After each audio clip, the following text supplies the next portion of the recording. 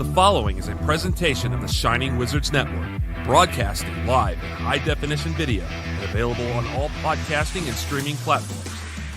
Follow us on social media at Wizards Podcast. Check out our merchandise at merch.shiningwizards.com.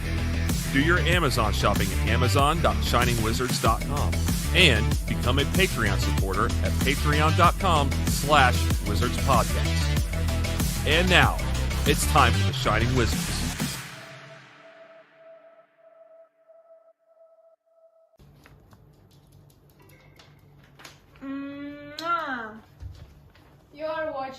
You're watching The Shining Wizards. The Shining Wizards Wrestling Podcast. Wrestling Podcast, man.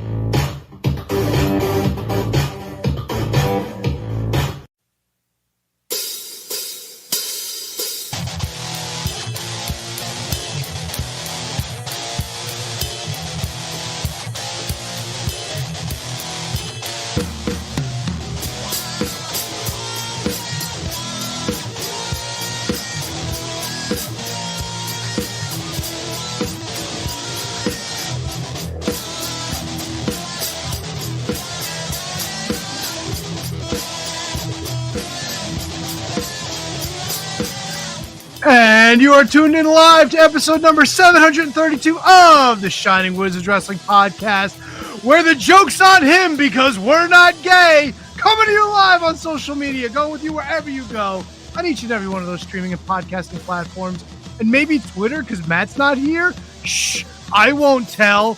Let's just jump right in. Jimmy Jacobs is joining us soon, so let's start with the wrestling talk.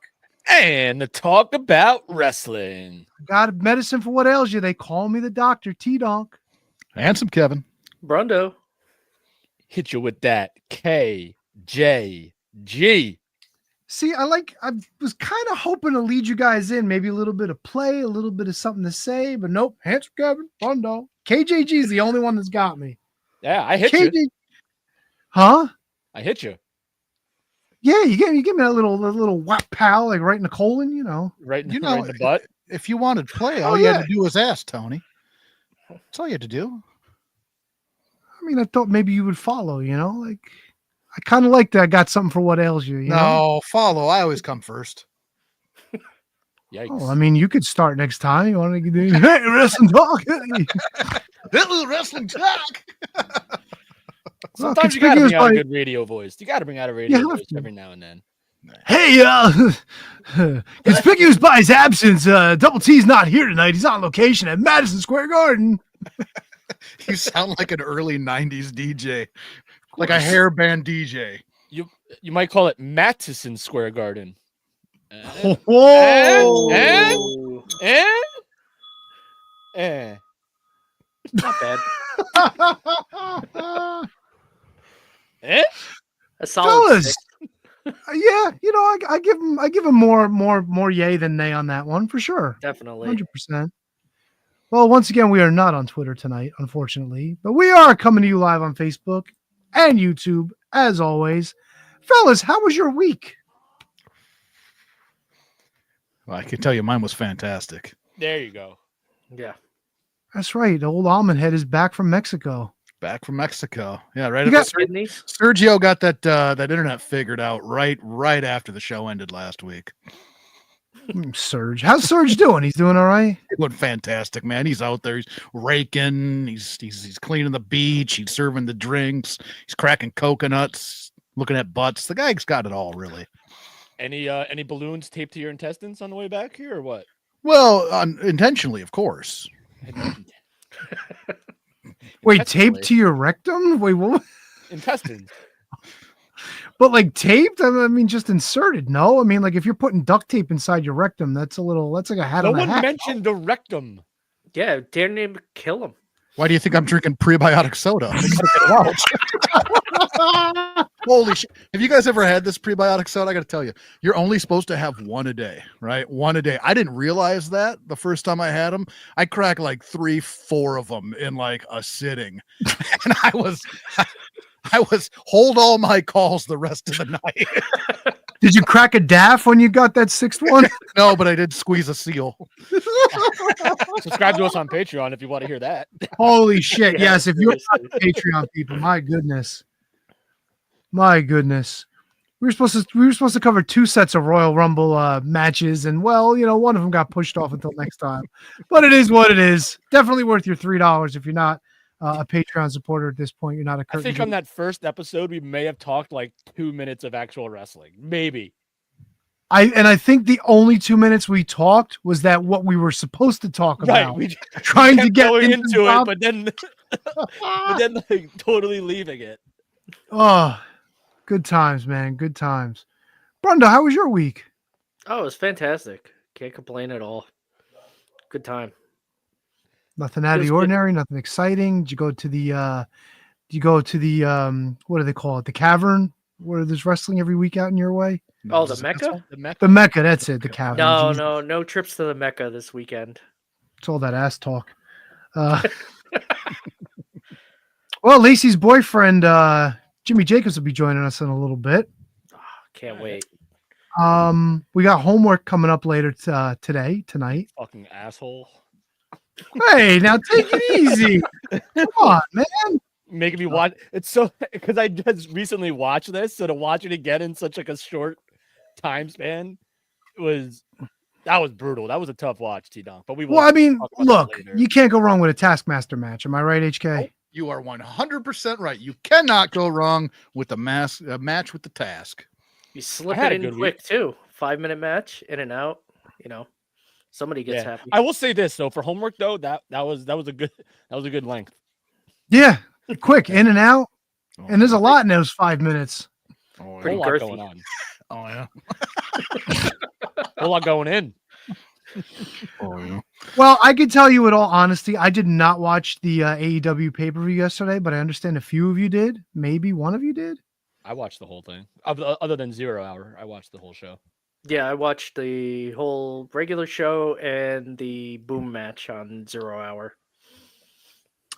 Okay, I'll leave it to you guys. Anything interesting? Anything worthy of note? Was it a banger? Did it slap? I'd say so. I would give this a really high rating. I thought the show was fantastic, actually. Like AEW always tends to do for me anyway on their pay-per-views. They just everyone shows up, everyone works hard, everyone really probably does a little too much, but Yeah.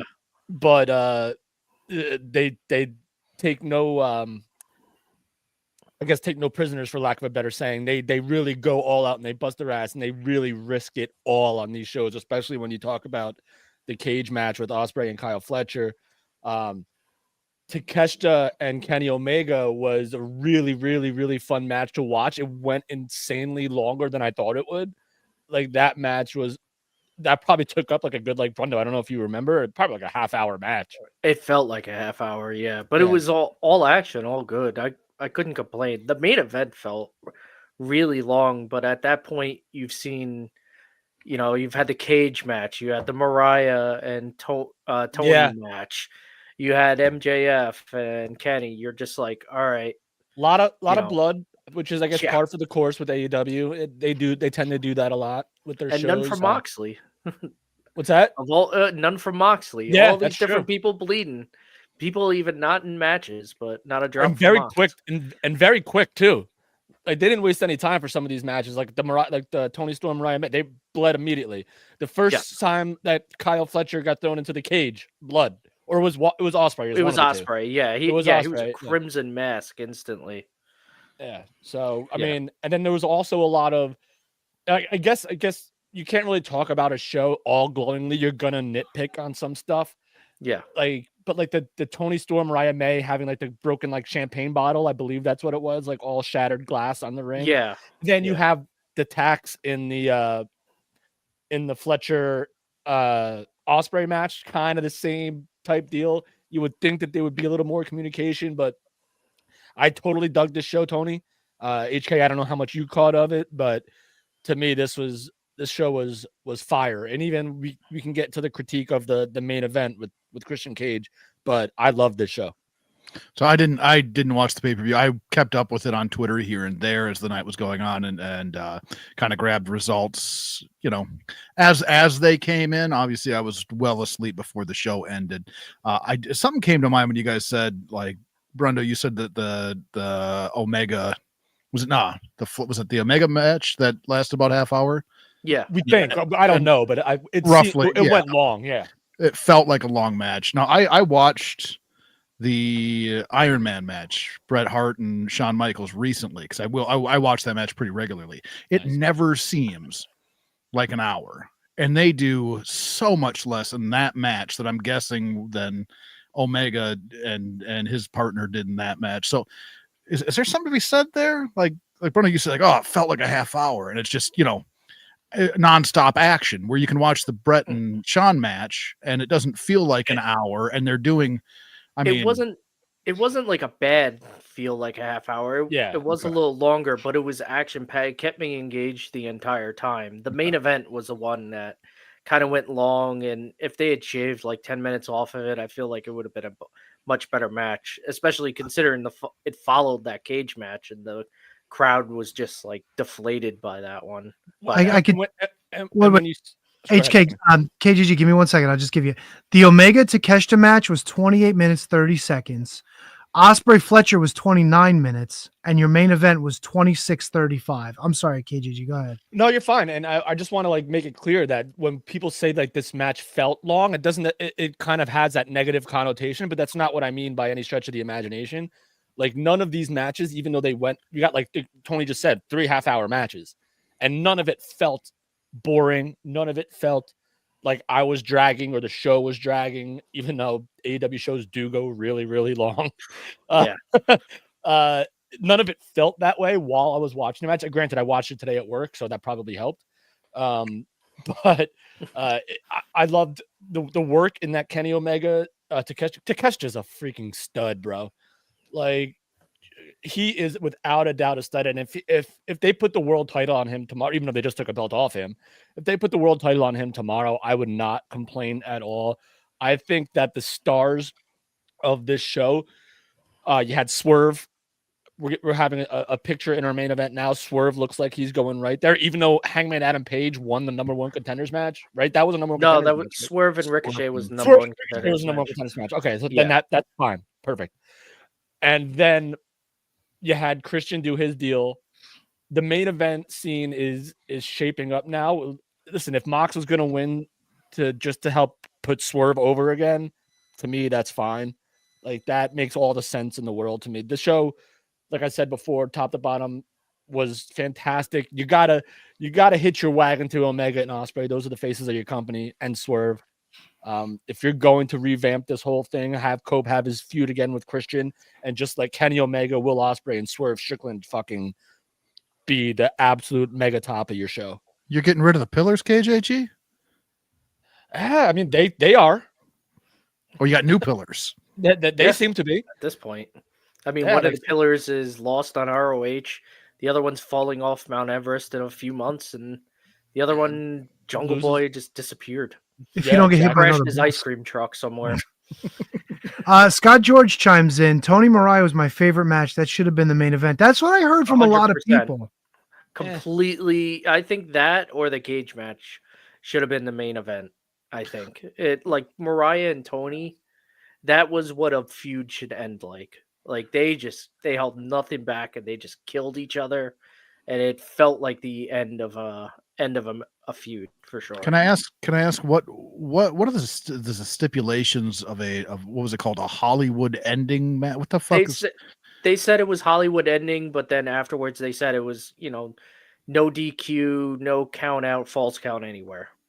So they said Hollywood ending, but they said afterwards, like, they preface. Here's the actual rules of the match. I feel like more so it was just to like solidify that, listen, these two are not wrestling again for the foreseeable future. Like, so that's basically what the Hollywood ending kind of dictated or connotated or whatever you want to It say. even came up on the Tron at the end, The like end. when it said the end after the match. So Did they show her Heine what when it it's at the end? Because that she would've- was laying on top of her. So yeah, Oh, yeah. Yeah, dude. Yeah. Do you think AEW would benefit trimming one or two of the main event matches off the card and maybe kind of moving those stories to the next pay-per-view and just put in some like letdown or come up matches, something kind of like in between, like in between like the final two or the final three matches, maybe they could use like a little like Mark Briscoe, Orange Cassidy, fucking Big Boom, just something in between to break it up a little bit, The placement of the matches was kind of bizarre. Like they could have easily inserted like the Outrunners versus the Hurt Syndicate in between one of those. Yeah, just something a little more light, Brody King and Okada would have been a perfect spot in between. Can I tell you a match that I had less interest in? There wasn't one match, and I don't think this year that I had less interest in than Brody King versus Okada. And I like Brody King, and I like Okada. Yeah. He's an LA guy, so I think that's why he was there. Okay. Yeah. He came up in LA. He was, he came out with the LA stuff on, so I could see why they wanted the hometown guy. Handjob Kyle chimes in. Nice bloody Heine. Oh my God. Al Day says, KJG will introduce you one day. Never Big Boom. Asian Joe says they could have trimmed the tag title match and the Continental title match off the pay-per-view card. But that's kind of thing. Like, you want a tag title match, but it's not necessary to have them. Like, I'm not saying go full bore like WWE does, where they're doing like four matches of pay-per-view, Right. but maybe just trim like one or two, kind of like, I think now that they have more pay-per-views, like previously when they had 5 a year, it felt like you had to get everybody on these pay-per-views. Now that they have, 9 or 10 pay-per-views a year, you can trim some of that. Yeah. And especially this tag team title match, which just was literally thrown together, a week and a half ago? Maybe 2 weeks ago. Yeah. 2 weeks ago. So like you didn't need it. Like that's why WWE does is so good. Like they just had a paper. Now you can have a criticism, or you could actually like this. Like Cody Rhodes had a big segment, right? The heel turn, all that stuff, but he didn't have a match. Like that's your top guy, and he didn't have a match because the gimmick was the Chambers. Like AEW could take a lesson from that, and you don't necessarily need everything on the pay-per-view. Like Brundo said, you have one every month. Do it next month. Make Collision feel more important. Put it on that. Make Dynamite feel more. And listen, AEW's been fucking banging. I've really enjoyed AEW lately. So they should keep that momentum going. And you could have the Outrunners versus, Shelton and Bobby Lashley main event, a Dynamite or a Collision, or Rampage isn't still there, is it? No. Well, and I think like Tony, to your point, I think what you're saying is like throwing a popcorn match essentially. Yeah, just something where like to let people up, a little breather. Yeah, the next AEW pay-per-view is April 6th. So they've got, you could have trimmed one off there. Yeah, you don't need to cram 15 matches in a pay-per-view in like another 4 weeks. You really don't. Yeah. Brundo, is the notes that you sent, is that the match order to your knowledge, to the best of your knowledge? Yeah. Yeah, it was. Yeah, so you went from Mercedes against Momo. then you had Swerve and Ricochet. Then you had, so you could have put like Brundo said, Okada and Brody King in between Tony Storm, Mariah May, and Takeshita and Kenny Omega, or in between Omega and Takeshita versus Will Ospreay and Kyle Fletcher, or between Kyle Fletcher, Will Ospreay, and Jon Moxley and Cope and Christian. Kyle chimed in. He agrees taking 2 or 3 would have been perfect. He was exhausted by the time the Kenny match came on. Question from me. I didn't hear anybody make comments about the Mercedes Moné match. Was she still on that streak that she was when she wrestled Buttlander, or has the bloom fallen off the rose with this one? It wasn't as good as the Buttlander match, but it certainly wasn't bad. And Momo was kicking the shit out of her. So that's why it was good. Well, yeah, that too. It was the Momo show. She caught her with a kick to the throat that literally, I was watching this at Matt's. Everybody screamed like, "Oh!" Like you thought she broke her windpipe or something like that. So apparently they have a history of good matches, right? I don't think I've ever seen a match between them, but apparently they do have some New Japan Strong stuff. Is that right? Yeah, it was either Strong or Stardom, one of those. Right. So like my expectations for this match, like were kind of like I didn't know what to expect, but like based on what I've heard from other people that they did have good matches, that I was like, all right, this should be okay. To me, it took a little while to get off the ground, but I thought that it was a fun watch. So yeah, no, her streak to me continues of good pay-per-view matches. I think too the fact that it was believable to me that Buttlander could have beaten her, but I don't think anybody believed that Momo was going to beat her. Momo. Slob on my knobby. I was going to ask you, Tony, when we were talking about throwing in a popcorn match. WWE kind of has done the opposite of that with their pay-per-views, like less matches, and instead of having a popcorn match, they show the build up and they show, you know what I mean, like they'll have Do you think that it's better to have a popcorn match there, or a bigger build? This is why we're having the match. This is they tell the story before the match happens. Do you have a preference on one or the other? There's nothing wrong with that. I mean, I think it's hard to do when you have Elimination Chamber, when you need that story to get to your main event of WrestleMania. Now that, when John Cena won the match, because you got to let that play out. You got to get to that point. It kind of makes sense to do it on a PLE. And it's weird now because AEW, are they going to be in the same situation as WWE is, where their pay-per-views are going to be for free on Max? No. Okay, so they're not in the same situation. So something like that, maybe you do want to have a little bit of a get up. I could take it either way. I understand why WWE does it, because there's so many stories going into these matches now. You know what I'm saying? Like, you've got 6 different stories coming together in the chamber. Right. And like every single one of them is plausible to go on to face Cody.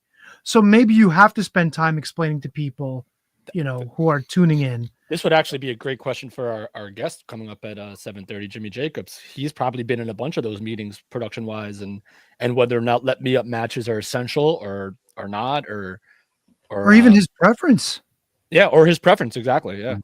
No, so, I think that it's, I don't know, at times I think it's kind of a miss not to have a popcorn match, because that's a performer that gets to perform on a stage and maybe do something that does turn some heads or gain some more traction or garner more, more fans, whatever it is. So from that standpoint, I kind of like the thought of having a popcorn match every now and again, right. but I can, I think you can definitely make the argument either way. But like, are you going to put like Leo Rush versus like Max Caster?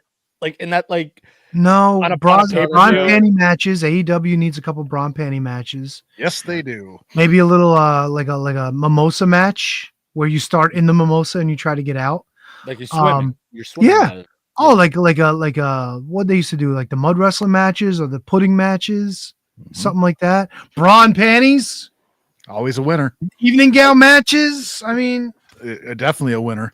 If they want to add more titles, maybe they should do that with the Ring of Honor women's title, or just have like a B&P title. A B&P championship? Fuck yeah, dude. Sign me up. Fucking B&P, and you can put the B&P right on the belt, baby. Fuck yeah. One side plate's a brassiere, one side plate's a nice set of panties. You know what I want is B&P Pro. That's what Instead of a leather belt, it's like all lacy and frilly and shit. It looks like Corneritos costume. Fuck, man, I'm down for that. Let's start what is it, Kickstarter? B&P Pro. Fuck yeah. Forget Brian Knobs' foot, people. Support this shit. What's Gorgeous George up to? You need fucking A, Mrs. Frankenstein. Fuck she's yeah, she's gonna be the commissioner. Oh my god. It'd be so great having her make the matches. I wonder what the WW girls are up to these days. I'm sure they all need a little bit of work. I'll tell you this, Tony, a blowjob's still a job, my friend. Jesus Christ, dude. Yikes. Writing that one down. Oh my god. Hey, maybe you know what? It's still a job. That's a contender. Still a yob? Still a job. Still a knob. Oh my god. Back here if you Momo. And SJ's in the chat. She's looking forward to Jimmy Jacobs. Sorry, you got to deal with this before we get to that. So, Yeah. I mean, you know the game by this point. Yeah. Fucking A, dude. B&P. Shit. No problem there. Shit. I bet you could get the other. What Bella wasn't at the Rumble? Bree? I'm sure Bree's looking for work. Bree and P? Oh my God, Brian Page, your fucking finals for the first championship. Fucking Tropical just roasted me so hard. He said, so HK will always be employable. It's called tenure. Well played, Tropical. I got a 401. Never mind. 401J? Joke's on him. There it is, Tony. What, Tony, I missed it. What'd you say? I said joke's on him.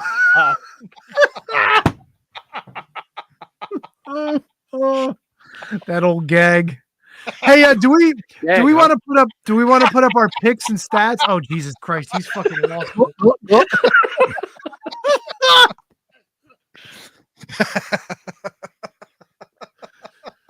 You know what? Really does have a hard job keeping the show moving. Yeah. I mean, it's not the hardest job of all. Am I right, HK? You're right. Hey-oh! Holy shit. Well, I think fortunately or unfortunately, the Wizards have stagnated when it came to picks, as we all went 10-2 for the pay-per-view. Can anybody tell me exactly what happened with the Jericho match? I take it he didn't lose to Gravity? No, they did. The match didn't even happen. They attacked Gravity. They brought him into the ring. They kicked the shit out of him. And I guess they brought his mom into the ring and unmasked him, and everybody got sad, and nobody cares because it's freaking Gravity. Like, who cares? The only Gravity that matters to Jericho is his fucking tits. Fucking Gravity's been doing a number on them fucking puppies. Oh my goodness, yeah. He's already lost to Gravity. Oh wait, did they show his face? No, they covered it up quickly. And his mom cried and Aubrey cried, and I would have cried if I watched it too. You should have put blinders on Aubrey. She never would have saw his face. So, like I said, everybody went 10-2. Standings have not changed. Matt, myself, Brundo, we all sit on top at 21-5. Oh yeah, at 21-5. KJG not far behind at 19-7. Handsome Kevin keeping that rear spot warm. Oh yeah, at 18-8. Taking a knee in the rear. Fuck yeah, dude. Man, that was the worst part. Like I find it 10-2. I felt pretty good about it. There's only one match I went back and forth on, and that was the Page and MJF match. And I go 10-2, and all you other assholes also go 10-2. A lot of talk about assholes tonight, huh? Well, why not? Yeah. It's the shit. Well, what are you gonna do? Jesus. Did Matt made a graphic or something of our picks too, didn't he? I don't know. He was doing production. Oh, let's see here. I thought he made a picture of. Oh yeah, there it is. Hey, who's that handsome fella in the middle? Look at that guy. Got a suit on and everything. Oh yeah, that's at a castle. All right. Well, for those of you who are not watching, it's pretty much what I exactly said. And for those of you watching, you get to look at our ugly mugs again in a different context. All right, get rid of that shit. Just trying to figure out where the fuck I was. I thought you were in Minnesota. I have no idea. I don't recognize that picture at all. Hey, Jimmy Jacobs is joining us in a few minutes. Anybody got an Liddy? Oh, you know what we could do if you give me a second. I don't know why my camera off. That didn't make sense because I'm trying to do a present. We might as well knock this out if we've got anything for the Palaka Watch.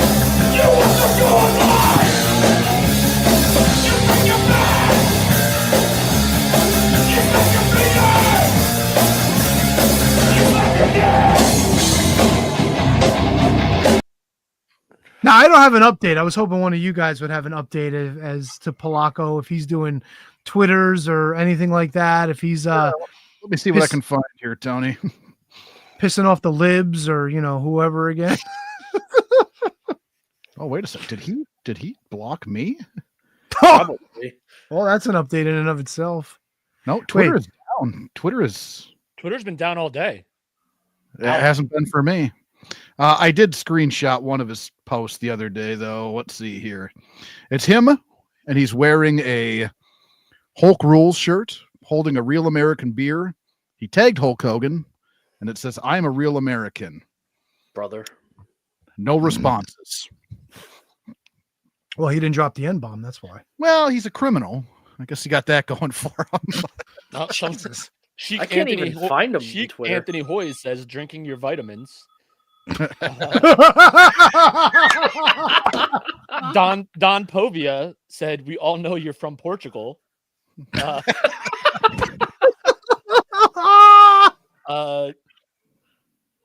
Generic. Oh, you'll appreciate this one, HK. Generic gray sofa says, "You don't make good on those who have paid you." Yeah, well, he's not lying.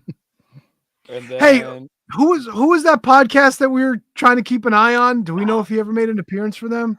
Oh, Fuck! I always forget their dumb. I shouldn't say dumb. Their name. right. Oh God. Ryan Austin on Twitter responded, "You could taste the racism in every drop." Jesus. I think we'll leave it at that. What was the name of that podcast? I always forget. I'm looking for it right now, Tony. Because remember, last we left them, PJ had to reschedule for the next week. That's right. It was supposed to be Friday. Oh, Rager, I think so, right? like rock, the Rock and Rager? No, Rock that's and Rager. Jericho. Chris Jericho. Was the Chris Jericho podcast? Well, I mean, you can ask him. It says right here he's taking all podcasts starting. He's filling his calendar for 2024.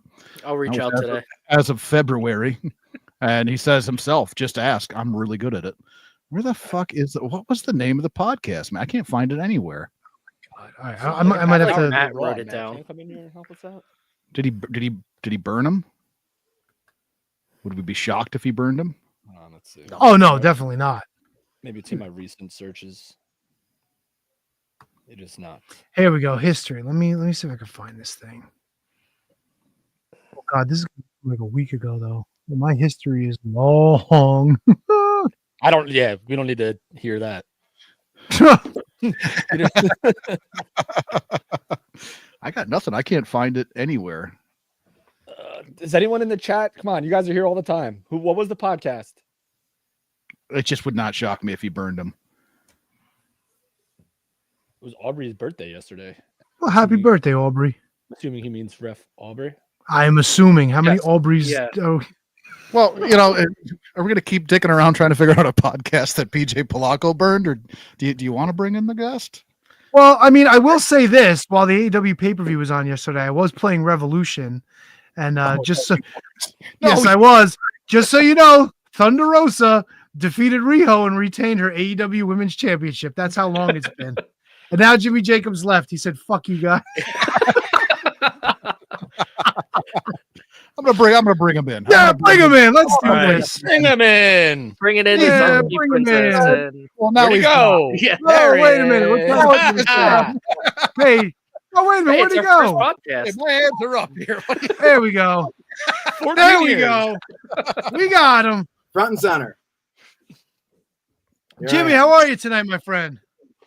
Still alive. Still happening for the last 41 years. Every day.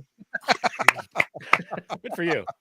That's big. I got to ask you right away, Jimmy Jacobs, because I saw here recently you've been doing a lot of work up in Canada here this year with Danny Duggan. Yeah. Is there a connection to Danny Duggan? Insofar as what? I mean, have you worked with him in the past? Is this a new relationship? Yeah. No, Okay. I worked for Danny fairly consistently since 2010. Okay. Yeah, I think I started going up to Winnipeg for his tours. He would do tours, as small as 5 days and upwards of 30 days. So Okay. the last maybe did 4 tours for him in the last year or two. Okay. Yeah. Gotcha. No, that's the first thing I thought of, because Danny Duggan at a wedding recently I was at, he was referred to as my wrestling grandfather, because the guy that broke me in was broken in by Danny, and I was like, wow, I wonder if me and Jimmy Jacobs are kind of weird cousins in that respect. Yeah, there's some sort of relationship there. Yeah, Danny's. I consider Danny one of my closest friends in wrestling. I love working for him. It's probably my favorite thing that I do in wrestling, something like that. Like it's just like every day, new town, and like they're not like a smart audience, so you can just do pro wrestling. And I love pro wrestling. I love like house show wrestling. Like that's like where my heart is. House show wrestling, independent wrestling. So yeah, I think I did like 9 days for him in last month, January. Now all throughout Ontario. Yeah, and we were he's a talking super, about this super before good you. dude, too. Oh, I'm sorry. Go ahead, HA. No, I was gonna say he's a super good dude too. And you worked Eugene on one of these tours, or worked with Eugene? We were in a tag match in the last date of the tour. Yeah, I also worked a tag with Eugene here like a year and a half ago, something like that. So I was like, no, it's cool. It's cool, Jimmy. You're invited over for Thanksgiving. It's all right. Well, is that Canadian Thanksgiving or the real Thanksgiving? I'm in Minnesota, so you get the real thing here. Yeah. No, you don't get the real thing with HK. Let's be honest. HK doesn't eat meat, so you're probably gonna get like a tofurkey. He likes to put out a nice veggie platter. Probably stuffs the turkey with like onions and stuff. I'm okay with that. I was vegan for a couple of years. So what made you change your mind and get smart? Well, I'm lazy with my diet. That's all. I liked being vegan, and I noticed there's a relationship between, obviously, like people say you are what you eat, but I've noticed the reciprocal as well, or the inverse of that is kind of like you eat what you are, which is to say it's like what my body feels compelled to take in. There's a direct relationship between that and how I feel. Like when I feel good, like when I'm taking care of myself and I feel good, like I want to eat fruit. That's like what I want to eat. There's no like, oh, I really want this shitty food. I really want this meat. Not that meat's shitty, but meat or sweets or whatever. It's like when I feel good, I want to eat fruit. Fruit, I think, is like the food. I think there's a lot of debate about what a proper diet is, and I think fruit is like the one thing that like wants to be eaten, right? Like animals don't want to be eaten, most plants don't want to be eaten. There's bitterness in different plants or different things that would dissuade potential predators from eating the plants, but fruit wants to be eaten. That's how the seeds disperse throughout nature. So I think fruit is good for you. Yeah, I've been tracking my calories the past couple of months, and yeah, I mean, I agree. Like I've been like 99% off of like anything with sugar, like chocolate. I love chocolate. I haven't really had chocolate, been staying away from it. Every once in a while, feel the need to cheat a little bit, but yeah, dude, I just wind up going to the fridge. We got grapes, we got raspberries. Raspberries are low key really good too, man. I go to town on fucking raspberries. I love that. But raspberries, I'm a big like plum guy. I love figs. Figs are good too, man. I just bought a place here in Michigan over the summer. I planted one fig. It could be a fig tree, but I want to plant like about like 4 or 5 more. I have a few in my property down in Georgia. I've got some figs and a bunch of different stuff down there. Yeah, especially in a cold climate though. Like figs are a lot of work. You got to keep them covered. You got to make sure they're okay in the winter. Stuff like that. Well, I didn't do that. I didn't wrap it in a burlap thing. So I don't know. Hopefully the one out there is fine. But I'm a plant boy. I'm gonna be the crazy like fruit tree guy. Like I said, I just bought this place, and all around the property and on the 2 sides of the house, I've got like blackberries, raspberries, blueberries. Sort of, bushes. They're small now, but eventually, in some decades, somebody will hopefully be in this house, and they'll be able to.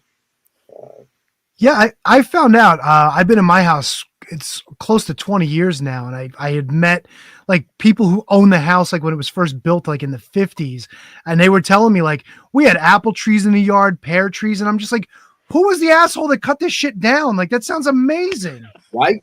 Yeah, I don't know why you would plant another tree but a fruit tree. It's like, where are all the fruit trees, man? Like that's how it should be. Yeah, the lady in the back, she's got a cherry tree in the yard. So like every once in a while, I'll go back there, just grab a couple, It's good Love it. times. Love it. Yeah. I'm sorry, KJG, you had a wrestling question? Yeah, I guess that's what we do here. I don't know, man. Is it though? Yeah, no, you're right. It's 100% not what we do. We talk about figs and both figures and fruit. So we had this conversation before you joined us about structuring a card and a pay-per-view card and the possibilities of whether or not you prefer or not get up matches, let me up matches. And are they essential? Do you need them to have a successful show, or can you just run the gambit of banger after banger after banger? Yeah, I mean, it's a good question. There's different thought processes and different psychology for orienting a card, and everybody's got their own way they like to do it. And there's different like trends throughout time. I mean, it used to be pretty standard of like you start low and you build, and that's the pace of the card. And then 20 or 30 years ago, it was like when I attribute it to Brian Pillman and Jushin Liger, right?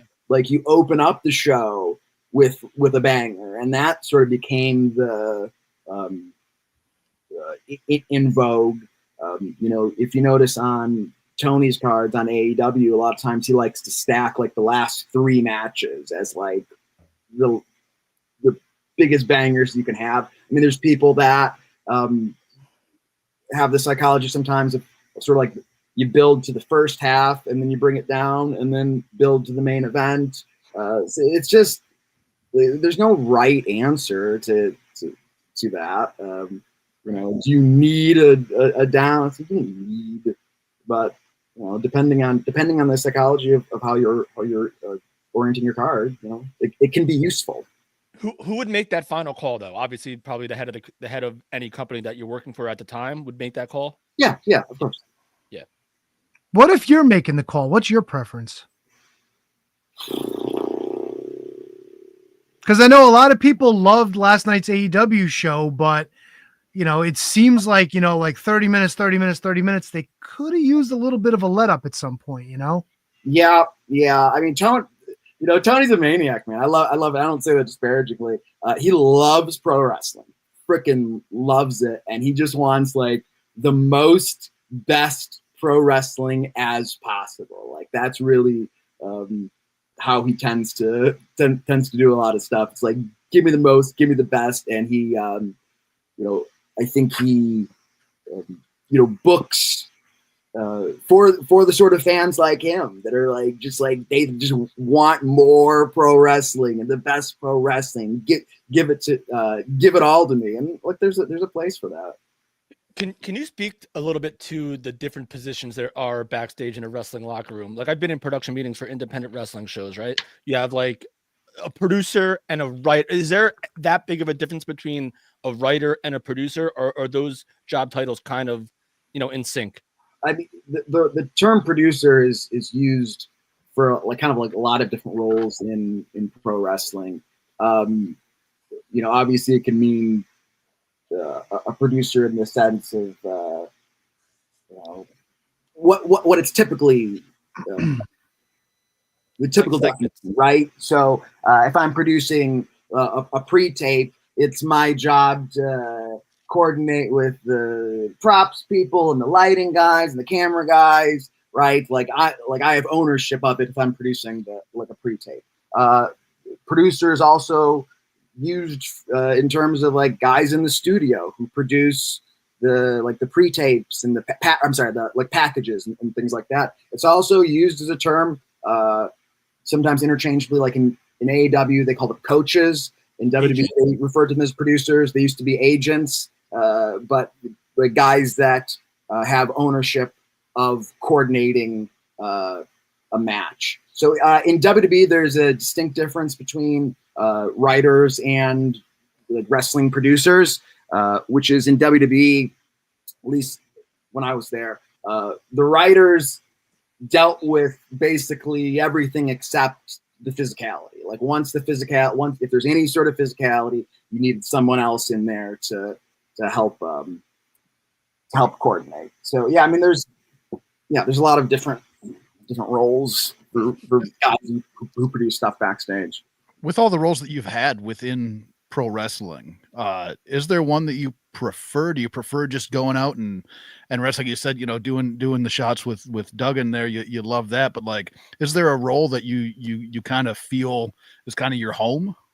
That probably that, honestly, like doing like house show indie wrestling, like that's probably like where my heart is. Like that's what I love. Like when I go up and work for Danny, when I'm there, I'm just like, this is where I want to be. I just want to be on the road, not having the pressure of outperforming everybody. When you're working from these smart audiences or audiences that just have seen more wrestling, where you have to like try to show them something they've never seen before. It's not that. It's not the high pressure of live television. It's just like it's having fun. So that's my favorite. But there's pros and cons for all the different things I've done. So other than the name of the title, creative team, what is, other than the word creative, what is the most important trait you would look for on a resume for someone to be on a creative team? Oh, okay. There's different roles just even on a creative team. I'm not going to harp on this, but I was on the creative team in AEW, but I wasn't writing the TV like most people would think when they think of the idea of creative. So it depends on what role you take, basically. I have a creative component to myself, and I'm also fairly organized and left brain, structure. I'm good at that. So that's something, that's a role for somebody who's just organized and kind of put things together nicely and neatly. I personally, for me, I like people I can just count on. That's what I like. What I look for in a locker room is people I can trust, and that trust is on various levels. But if I can trust you to show up on time, do what you're asked, that's big right there. I can just count on you. I mean, that was a lot of my career, honestly. A lot of my career was just I was reliable. I was there, and you could count on me to not just show up, but to do whatever needed to be done fairly well. Just that sort of consistency. That's an important quality. You look for people you can trust. Not just that level, but the level of just pulling things off. Can I trust this guy to get the heat? Can I trust this guy to cut this promo, to sell this thing? So trust is such a, you can't understate the importance of trust when you have a team, when you're all working in harmony to do something. Trust is it, man. When you talk about the creative side of things and your creative side, right? Because I think that from what I understand, you had a big hand in the List of Jericho, which is personally my favorite version of Jericho that we've ever seen. And you from what I read, at least, you had a real pivotal hand in that. Is that high on your list of things that you've contributed creatively to professional wrestling? Because there's a lot of things you have contributed to. Yeah, certainly it is, man. It's hard to, again, people just don't have a great conception of what writers and the creative team and bookers do. It's hard to take credit for something as someone in creative, especially when you have a team and you're not the head of it. Right. It's you're playing a role of collaboration. And so, yeah, I've had ideas, and the ideas have contributed to stuff that's been on screen, but it's hard to go this is what I've done and this is what I take credit for. Yeah, I had the conception of the List of Jericho was my idea, and I had a big hand in all of this stuff with Kevin and Chris, and certainly that's the stuff I'm most proud of that I did in WWE. But again, that doesn't work without Chris. You know, like my idea for the list was like it's like a crumbled up piece of paper, and like he pulls it out. It's like, you know what? Right? That was my idea. And he had, he's like, no, it needs to be visual. I want to be able to hit people with it, you know? So he comes up with this. He comes up with the, you know what? You know what happens when you make fun of Chris Jericho's best friends? You know, like, it's like you can't, it's so collaborative. And one of the biggest differences between being in creative and being performers, the buck stops with you as a performer. Like the buck stops with you. Like what? Like I can say whatever as a writer or producer. The booker can tell you whatever. The cameras can be whatever. But at the end of the day, it's like you go out there and you deliver something as a performer. So yeah, the List of Jericho and all the stuff with Chris and Kevin is certainly one of my favorite things. And one of my favorite things that I was a part of too, that, you know, I know a lot of people don't like, was like the in Impact, the what was it called? The Undead Realm, like the Undead Realm stuff. And people might not, you know, that might not be your cup of tea, and that's fine. You know, if people want to, like, yeah, I liked it.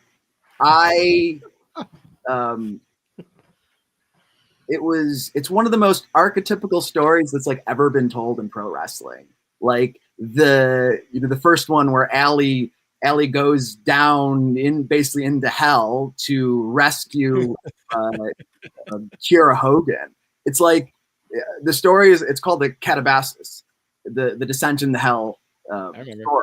It's a story that dates like 3,000 years old, and the Mesopotamian myths of Ishtar. Like this is like I'm grateful I got to tell a story where you know, a protagonist has to go down into hell and rescue someone and come back, and in that she fractures her soul. Then at the end, to bring her soul back together and create this wholeness, she has to sacrifice herself out of love for her friend. Like, that was big.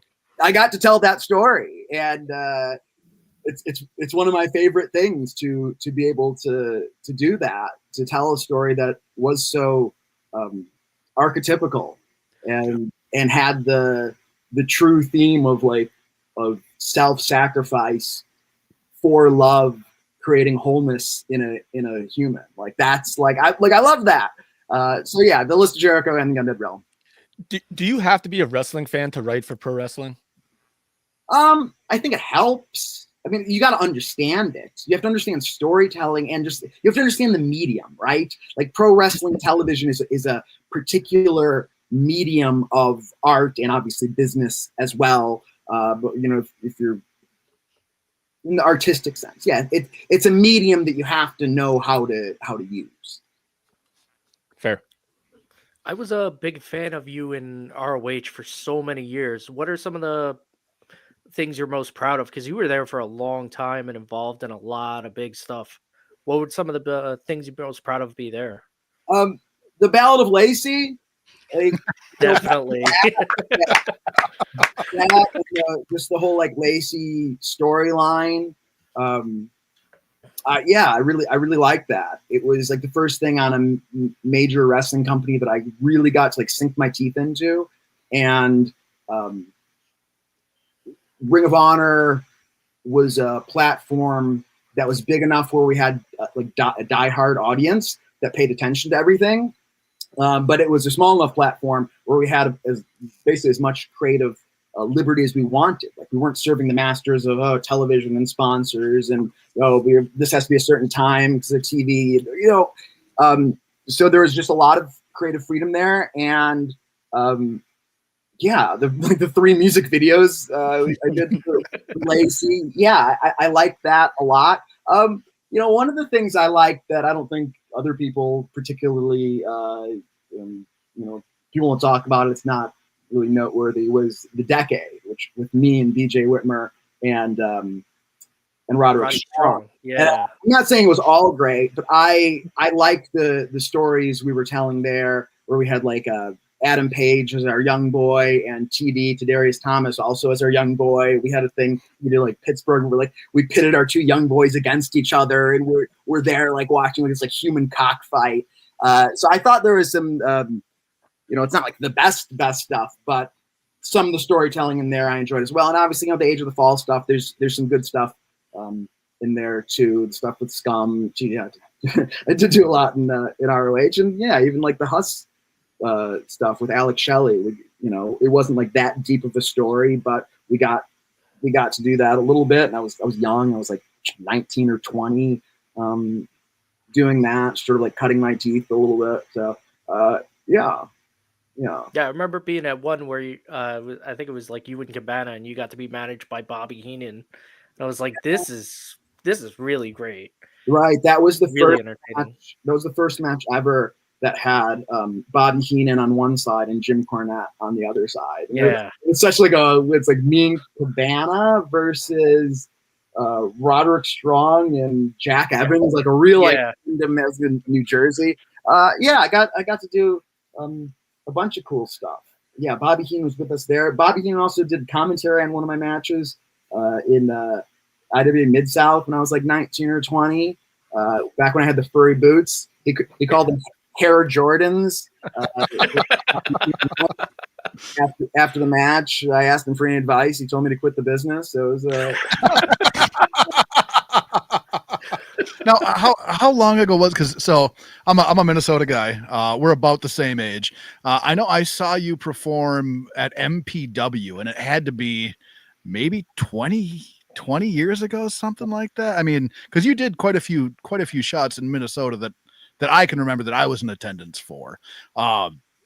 So a roundabout way to get to the question for me, right? Because I just recently, probably within the last 5-6 years, got into wrestling, got into the business. But for me, watching a guy like you that I saw 20 plus years ago, wrestling in Minnesota, like you're a success, right? To me, you're a huge success in wrestling. Do you consider yourself that, or what is success to you? Because I sit back and I go, this is a guy that did it, right? This is a guy that I saw that did it. He made it. He's successful in this business. Do you see yourself that way? I have a complicated relationship probably with my career. Okay. There's a part of me that sees me going to WWE as a writer as like a consolation prize. Like, hey, you didn't put in the work to perform at this level, but you're good enough, or you might have enough ideas or smart enough to be over here. So yeah, there's definitely a part of me that sees that struggles with the fact that I didn't put in the work to get my body in the shape it needed to be in, or even just up my in-ring game as much as I could have to be there, next to Kevin Owens and Sami Zayn and those guys. I would have liked I just wanted like a little WWE TV run, so I could then go to the Indies and like be like, I would that bump, right? Yeah, I would be a great ex-WWE wrestler. If you see me like, oh, it's former WWE star Jimmy Jacobs, and you see me perform, you go, oh look, he still kind of looks like him, and oh, he's still kind of, he works hard. Like, I work hard, like, for an ex-WWE wrestler. Like, I give more than you're probably expecting for a guy that's not on TV anymore. Like, that's, I would have liked to do more as a performer in my career, and I didn't because I didn't put in the work. And, yeah, I struggle with that. Yeah, wow. All right, blows Jimmy. me away 'cause I don't. I think you're such a success, man. You've Okay. done amazing things and contributed so much. So to me, my book, you're a success, man, through and through. Thank you. And look, I am grateful for what I have done and what I've gotten to do, and see wrestling from a different perspective of like going, behind the scenes and as a writer, and being on like the office side of things, which really opened up my eyes to a lot of wrestling. Just the perspective I have, that just if you've just been in the ring, you don't have that same more full understanding. So I am grateful for that. I'm grateful for the stuff I got to be a part of, and wrestling has paid my bills for the last 20 years, and I'm very grateful that I have to the best of my knowledge, at least, the respect of my peers. I think I have a reputation with my peers that's positive, and so the respect of those people means a lot to me. All right, Jimmy, we're going to hit the chat for some fan questions right now. So SJ asks, what's up, Jimmy? I've seen you in Winnipeg at CWE, and I forgot to ask you, how did you come up with the name The Zombie Princess? So I had a friend 20 years ago that, to sort of, as a term of endearment, but kind of teasing me, would call me princess, because it's like, because I was just like, oh, whatever princess wants. When I would be like, not demanding, but I want stuff, or hey, can you do this, or whatever. It's like, oh, whatever, anything for princess. And I liked that name, and I was like, man, that's like, shit. I wish my wrestling name was just like Princess. And then in 2019. 2009, 8, 7. When was Age of the Fall? Somewhere around there, like Age of the Fall, a little after Age of the Fall, probably like 2009. I was trying to figure out what to do next. Like, I was thinking about, like, I just had this idea for like this like grungy, like effeminate, like the name I had wanted was Princess Heroine. So just think of Yeah, Princess Heroine, right? Like an effeminate guy who's like on the streets and partied all night at Studio 54 and is like one of these guys. And yeah, I was doing a story with Kevin Steen in Ring of Honor, and he had made fun of like my nail polish, my eyeliner. I cut a promo saying like, "Hey, I don't need to look tough or dress tough. I am tough. I can put on a tutu and tiara, call myself a princess. I'll still be the toughest guy in the room because right when you think I'm dead, I come back to life. Like I'm a motherfucking zombie princess." And that's where it came from. that's sick. Mats Bach chiming in. He said that he's been on record several times saying that you should write a book. Now, if you were going to write a book, would it be a biography, or could you conjure up some fiction novels? Biography seems so self-indulgent, and I don't know what my story is. I don't know what the story of my life is. I don't. I wrote a short story recently that I posted on my podcast channel, which I just like. I'm sparingly putting out some stuff just so I have an outlet should I want an outlet. So if you look up Our Universe is Mental on any podcasting platform, I wrote a little short story called Nothing and Everything. It's like I just sat down and went, what would, if I was to write a creation story, what would it be? And with that in mind, I just sat down, and for the first time in my life, like I just wrote for the sake of writing, not for TV or for school or for a journal, but just to write a story. And I wrote a little a little story, a little like story of creation and about reality. And I wrote another short story recently that I haven't released anywhere about I entitled it Throneness. Are you familiar with the term Throneness? I am not. It's I forget what philosopher came up with the idea, but it's the idea of like being like the disorientation of being thrown into existence. It's like you didn't ask for it, you got thrown into beingness. And the first time I heard that term, I was like, yeah, that's exactly how I feel. Like, I just like got dumped into this realm we're in, like with no map of it. I feel like I've been thrown into reality. So I wrote a little short story, like a caricature of my birth, that I might release it at some point. But a full book, I'm not sure I have I don't have the vision for it. Not currently. Martin Heidegger rings a bell. German philosopher. Yeah. I think that's right. Heidegger.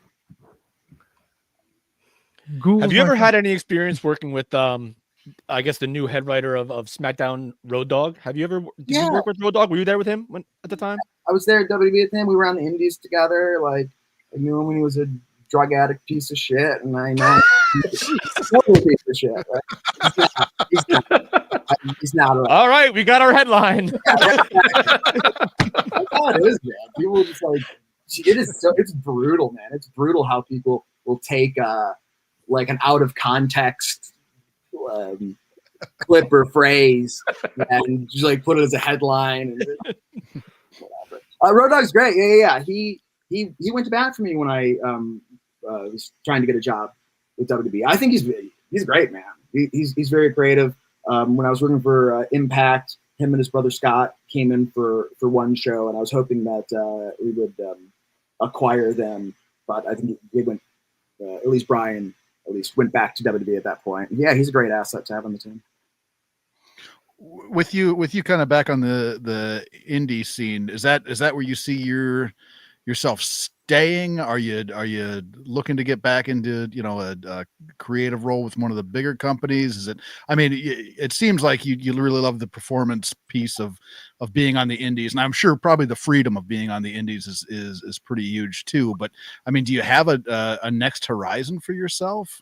When I left AEW, which is a difficult decision, I said I need like 4 to 6 weeks, just like off completely. And I'm going to reevaluate things. It's been 5 months, and I don't know what I'm doing. I had pictured 5 months ago that in a month or two I'll go and I'll figure out what's next. I assumed that I would go back and work for one of the 3 major companies, but I don't know what I'm doing with my life. That's the truth. So I don't know what I'm doing with my life. I don't know if I'm gonna. I had a match on Saturday here in Detroit, and I got I don't have anything else booked, and I thought, there's a non-0% chance that this is my last match. I don't know. I'm gonna retire, but like I just don't know what I'm doing next, and I'm doing my best to take my hands off the steering wheel of my life and realign myself with the forces of nature, with the spirit that animates reality, and seeing where that takes me. And I have no idea where it's going to. And you're okay with the not knowing? Am I okay with it? That sounded like it was like a childish question, but I really actually well, look, we all, I think, to some degree live under the delusion that we have like control over our lives and we know what's next, and it gives our little human brains comfort to have the familiarity and thinking we know what's next. But the truth is we never know what's on the horizon. That the future itself is a mystery until you're there, and all of existence is a mystery fundamentally. So you can either foolishly try to avoid the unknown, which you can't, or you can jump out of the plane and trust that you can fly, or trust that you'll land safely. and that's what I'm doing. You know, that when I left AEW, it was like it was like an exercise in trust. Going, I know that this isn't for me right now, being at this job. I don't know what's next. And I'm not even prepared for, I just bought a house. I don't have money saved. Like, I'm not comfortable. I'm not, but it's about time, I think, in my life that I grow up and embrace the unknown. I respect that. Absolutely. Yep. Well, I know we were talking about fruits earlier. Matzbach also wants to know, what's your thought on dates? My wife loves them, but I'm not sold. Are dates, are they always dried? Is that the define, or can you have non-dried dates? I've never had a non-dry date. Yeah. Yeah, my dates are usually pretty wet. Yikes! Yeah, I don't know. That's good. I don't know about it.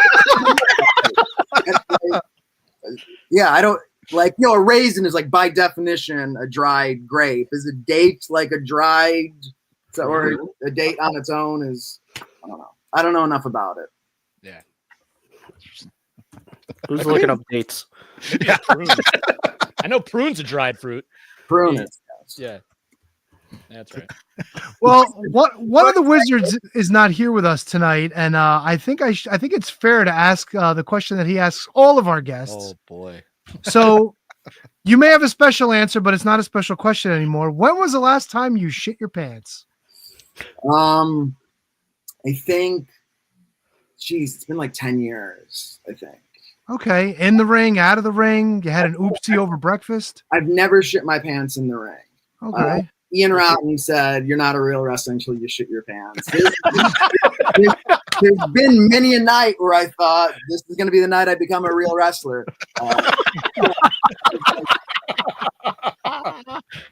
In 2005, I shit my pants like 4 or 5 times. It was really once at my brother's rehearsal dinner for his wedding.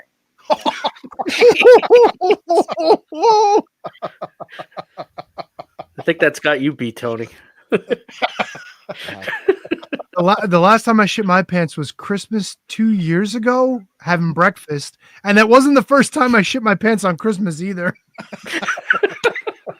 Well, it's a Christmas tradition. Yeah, but I mean, it's been 15 months. I don't think I'm the most recent wizard shitter either. Didn't Matt reset his clock? And Matt at the potty. food truck. Yeah. Oh yeah. So this fucking chode shits his pants while he's working a food truck, goes into a porta potty, washes his pants and keeps them and brings them home so he can reuse them. No, the last time I shit my No. Reminded me, yeah. No, the last time I shit myself was at AEW. In Toledo.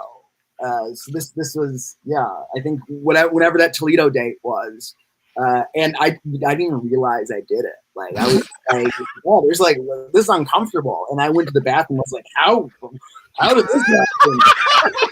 Did anybody tell? Did anyone like smart you up? I mean, not. It wasn't. It didn't get on my pants. Just my underwear. Okay.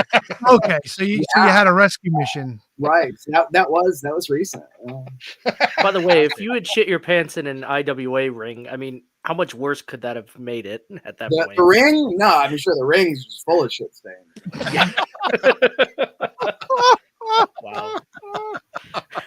Just when you think the interview couldn't get any better, it just does. It just does. Hey man, AEW in Toledo. How could you top that?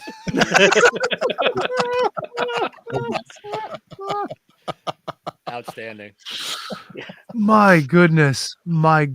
Jimmy, can you let everybody know what you've got going on right now? What's coming up in the future? Dates, appearances? I've been helping Scott Moore out with the Maple Leaf Pro. Yes. So we've got 2 events in Windsor this weekend, and he's got, he's got 2 events this weekend. I'm going into I believe the Lima Wrestling Hall of Fame. on May 31st. So this is a stage of my career that I'm at, where when I got to the Indie Wrestling Hall of Fame, was it last 2 years ago for GCW? So like that's the stage of my career that I'm in. Like people are giving me like sort of these consolation prizes to go, hey, your career's over. Here you go. Go. There's a ton of guys out there would kill for some of those consolation prizes, man. So yeah, like I said, I don't know what I'm doing with my life. It's gonna be my last interview I ever do. I don't know. Can we get another song about Lacey if that's gonna be a wrap? Another song about Lacey?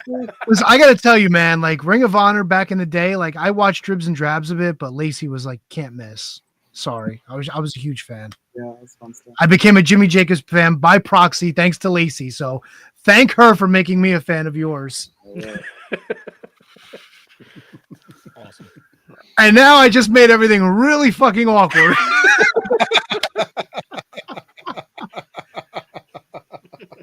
With that, I turn it over. Fellas, we got anything else before we let Jimmy go for the evening? Nah, this was an honor, man. This was a pleasure. Oh, Yeah. 100%. 100%. We really do appreciate you taking the time out to talk to us, for knuckleheads who love professional wrestling and admire what you've done in the business, both in the ring and outside of the ring. So we appreciate you joining us tonight. Thank you guys. I appreciate the invitation and the support. And I really hope this wasn't your last interview. But if you do decide to do a last interview or an interview in between from now to the last interview, come on back. We'd love to have you. I don't mean to be like I think doom and gloom or like I'm not saying it as like a this might be it, guys. I'm just sort of speaking matter of factly. Like the last 5 months has been. This is the first break I've ever taken in wrestling, and I've just been, it's like go, like just for the last 26 years now. And, recalibrating to a life where I'm stationary has been an adventure unto itself. And so I'm open to wherever the cosmos lead me next. Well, we appreciate you. We've appreciated everything that you've done for this business, where it's taken you. We appreciate the fact that you're going into the Lima Wrestling Hall of Fame. And we will always appreciate you coming back on the show, man. We loved having you. This was great. You got an open invitation. Anytime you want to come back, shoot the shit. Give us an update on the trees in the yard, man. I'd love to hear it. And I mean that with sincerity, man. I'd love to hear it. Thank you. Appreciate you guys. Jimmy, thanks for joining us again, brother. Be Thanks well. a lot, Jimmy. Bye, Jimmy. Thank you, Jimmy. Jimmy Jacobs, everyone. That was fun, man. That was awesome. Blast. Yeah. Fanboy I'll tell you what. moment for sure. Yeah, Brundo, I'll tell you guys something. I don't think there's a podcast on the planet that does interviews better than us. No. I don't think so. HK hit him with some great questions. T-Donk got your shit in. Brundo bringing up the old school ROH. I was at the one that he mentioned, the Bobby Heenan one. I was at that one. Well, and for me to see a guy like that I watched over 20 years ago in auditoriums with 14 people, and to see where he made it to, like that was straight from the heart. Like he is a huge success in this business, whether he wants to, I don't know if you just like admit to it or not. Like to me, he's a huge success. I mean, take a look at guys like Adam Pearce. Adam Pearce was a huge success around the country. Scrap Daddy. He's got a great spot right now in WWE. Would he want to get in the ring? Sure, but I think he's pretty happy and doing a hell of a job. Same thing with Nick Aldis. Nick Aldis was coming off a run as the NWA World Champion. He put the NWA back on the map. He really did. Him and Cody. Yeah. Well, I mean, even before that, the whole 10 pounds of gold thing, the story with Tim Storm and whatnot. Was that first 10 pounds of gold match? Was that with Cody? Was Cody involved in that or no? Cody, the 10 pounds of gold documentary, was he a part of that or no? I don't remember. It started off with the whole Tim Storm, Nick Aldis thing. It may have wrapped with the Cody thing. I think that's kind of where it went. You might be right on that. That was the first All In, right? Cody and Nick Aldis? Yes. Well, that was before Or was that a Ring of Honor show? Yeah, I think it was a Ring of Honor show, and then NWA 70 was the rematch. And that's where we got. I think it was the first All In. I think Cody, Nick Aldis main evented the MSG show. No, I don't think it main evented it. It was one of the marquee matches. The main event was that random 6-man of like Mysterio. the Bucks. Yeah, Mysterio, Bandito was in it. I think the main event was only got Aldis like Cody. 8 minutes. Or was Aldis Cody on the second one? God, if only there was like a way to find this out. Yeah. Look at. I mean, what we're talking about is someone else could do it. All right, I'm looking at it now. Okay, so let me see. Main event was the Golden Elite, Kota Ibushi and the Jacksons against Bandito, Rey Fenix, and Rey Mysterio. Jay Lethal, Russell Flip Gordon for the ROH World Championship. Yes, Cody with Brandy, DDP, Glacier, and Tommy Dreamer. How's that for a squad? Defeated Nick Aldis, who had Jeff Jarrett, Sam Shaw, Sean Devari, and Tim Storm with him. That was when Cody won the NWA World Championship. Wasn't the main event, but it was on the show. Yeah, there you go. Dexter Loomis in the house. Glacier. Yeah, Glacier. dude. Glacier is all that. Ray matters. Lloyd in the house. Yeah. Kazuchika Okada defeated Marty Scurll. Yeah, that's the one that went like 100 years long. The 100 years long match. It felt Oh, it was like it. Yeah, 27 that's why minutes. the main event got like 6 minutes. No, main event they got go to 11 Were we minutes. there? Did we 11 go to that, minutes? Tony? No, this was in Chicago, wasn't it? No, I thought it was at the Garden. No, you're thinking of the Chicago. ROH New Japan show. Oh, okay. That Yeah. was a different show. This was this was at the Sears Sears Center. Center? And, Yeah. Yep. Hoffman Estates, Illinois. Like anybody knows what the fuck that is. Yeah, Hoffman. Yeah, sure. Dustin Hoffman spot. Pepper Incorporated. That's where he's buried. Like Hoffa. So Jimmy Jacobs shit his pants at an AEW show in Toledo, Ohio. He didn't hesitate at all to tell us. That was great too. He's like, "How did this get here?" Like somebody else put it there. What a gem. Hey, And nobody.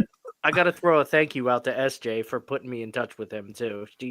She was like the bridge for that one. Just Yeah, he's not on randomly Twitter, messaged is he? me with her. No, He's he not was on Instagram. She just opened up a message with him and her and I, and it was like, "Hey, Jimmy will do the podcast." I was like, "That's fucking great. Let's do this." Thank you, Thank SJ. you. Nobody pulled Buck Zumov's quote. I had a bit of a run. I should have run faster at the courthouse. Always good to have Buck in the building. I didn't know yeah. if it was the right time to bring up Buck. Yeah. He is a I mean, Minnesota. Yeah, I mean, maybe he's a Jimmy Jacobs fan. I don't know. Maybe I Jimmy know. would have appreciated comments from the legend. I heard Rock and Roll Buck Zumov's in the Lima, Ohio fucking Hall of Fame. Who's in that? Is that an Al Snow Al vehicle? Snow. It's Like- got to be Al Snow. Al Snow's the only other person in it. All right, Lima, Ohio Pro Oh, Wrestling. speaking of Al Snow, did you Maybe guys check Dan out his Netflix show? Did you guys watch that? Isn't he like a No. bear or a dog? No, it's the wrestlers. It's a documentary about OVW. Oh no, yeah, it's been out for a while. Yeah, I watched that. Did you watch it? Man, my wife and I watched the entire run of episodes here recently. Super, super fun stuff. He was in What some is this sort of now? movie though, where he was like dressed as like a mascot or something though. It's called The Wrestlers. It's on Netflix. It kind of follows the story of OVW and new ownership. It's worth a Oh, watch. I've heard of that. Yeah, I think Big Rig Betty and Holly Swag were in there, weren't they? Yeah. Fuck yeah, I slept on that. I completely forgot that was a thing. Yeah. Worth I will. watching. All right then. I don't know what we're gonna do when we come back. I guess we could talk New Japan. We got Yeah. homework. Want We to got swap my- homework. Yeah. We got a whole hour of New Japan to talk about. Fuck yeah, we do. But Yeah. before we do some New Japan talking and before we do some homework watching, KJG brother, it's time for the uno dos tres. Buck after this. We would like to thank each and every one of you for tuning in every week to listen to The Shining Wizards. Here are some other ways in which you can support the show. If you shop on Amazon, visit amazon.shiningwizards.com and shop the way you always do. You'll pay the same low prices, and a portion of your purchase will help support the show. If you'd like to buy a Shining Wizards t-shirt, visit merch.shiningwizards.com to visit our pro wrestling tee store and select from over a dozen great designs. You can also become a Patreon supporter at patreon.shiningwizards.com, where we offer bonus content, producer credits, special legend shows where you participate in the show, and so much more. Continue to listen to us wherever you listen to podcasts and watch the show live on social media. Don't forget to like, rate, review, and subscribe. Your continued support helps us to keep bringing you the best in professional wrestling podcasting.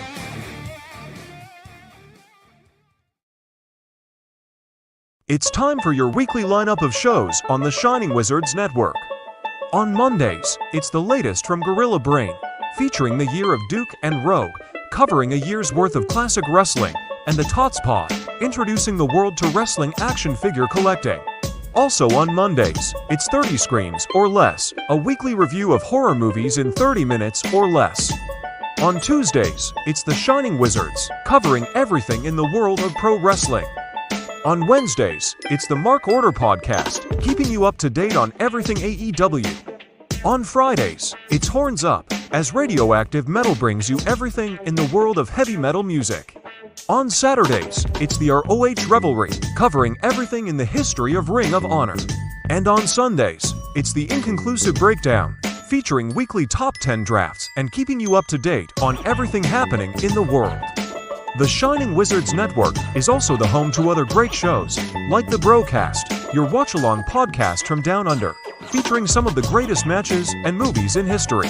Turnbuckle Throwbacks, paying homage to the greatest shows in the history of pro wrestling. Wrestling Night in Canada, a focus on wrestling with a north-of-the-border spin. And Going Underground, a show that takes you back through the history of Lucha Underground. Enjoy all of the amazing shows on the Shining Wizards Network, available wherever you listen to podcasts and at shiningwizardsnetwork.com. It's the Shining Wizards Network, entertainment here.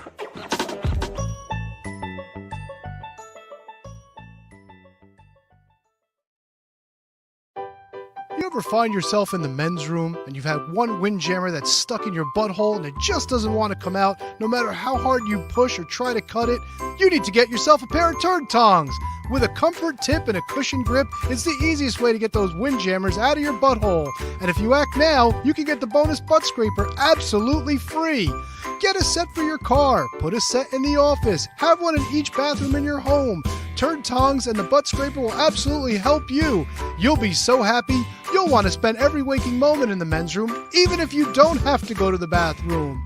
So get on the phone right now. Call 551-333-1030 for only $19.95 plus $3 shipping and handling, or send check or money order to Turd Tongs at the address on your screen. So I noticed something in that commercial there, Tony, that I hadn't noticed prior to. The first guy on the toilet, the first toilet sitting guy, the lid's closed. That might be an issue. If it's not coming out, I don't think it'll be an issue. Tony, your mic is muted, my man. If it hits porcelain, it counts. Yeah, that's all. That's all that matters. The Hey, lid's let not me- porcelain. Wait, let me see if we can't pull this up. Hold on. Let me see. He Just can't get a pull it out. still. Is the lid closed on that? The lid's closed on that. Nah, that's a seat. Oh, he's wearing. Is he wearing a skirt? Like, Like he's wearing shorts. You're right. yeah, though, but like it's like open. And wait a minute. Did you notice there's a toilet to his Next right to as him. well? Yeah, That's a bro toilet. yeah, it's for buddy. It's for buddy dumping.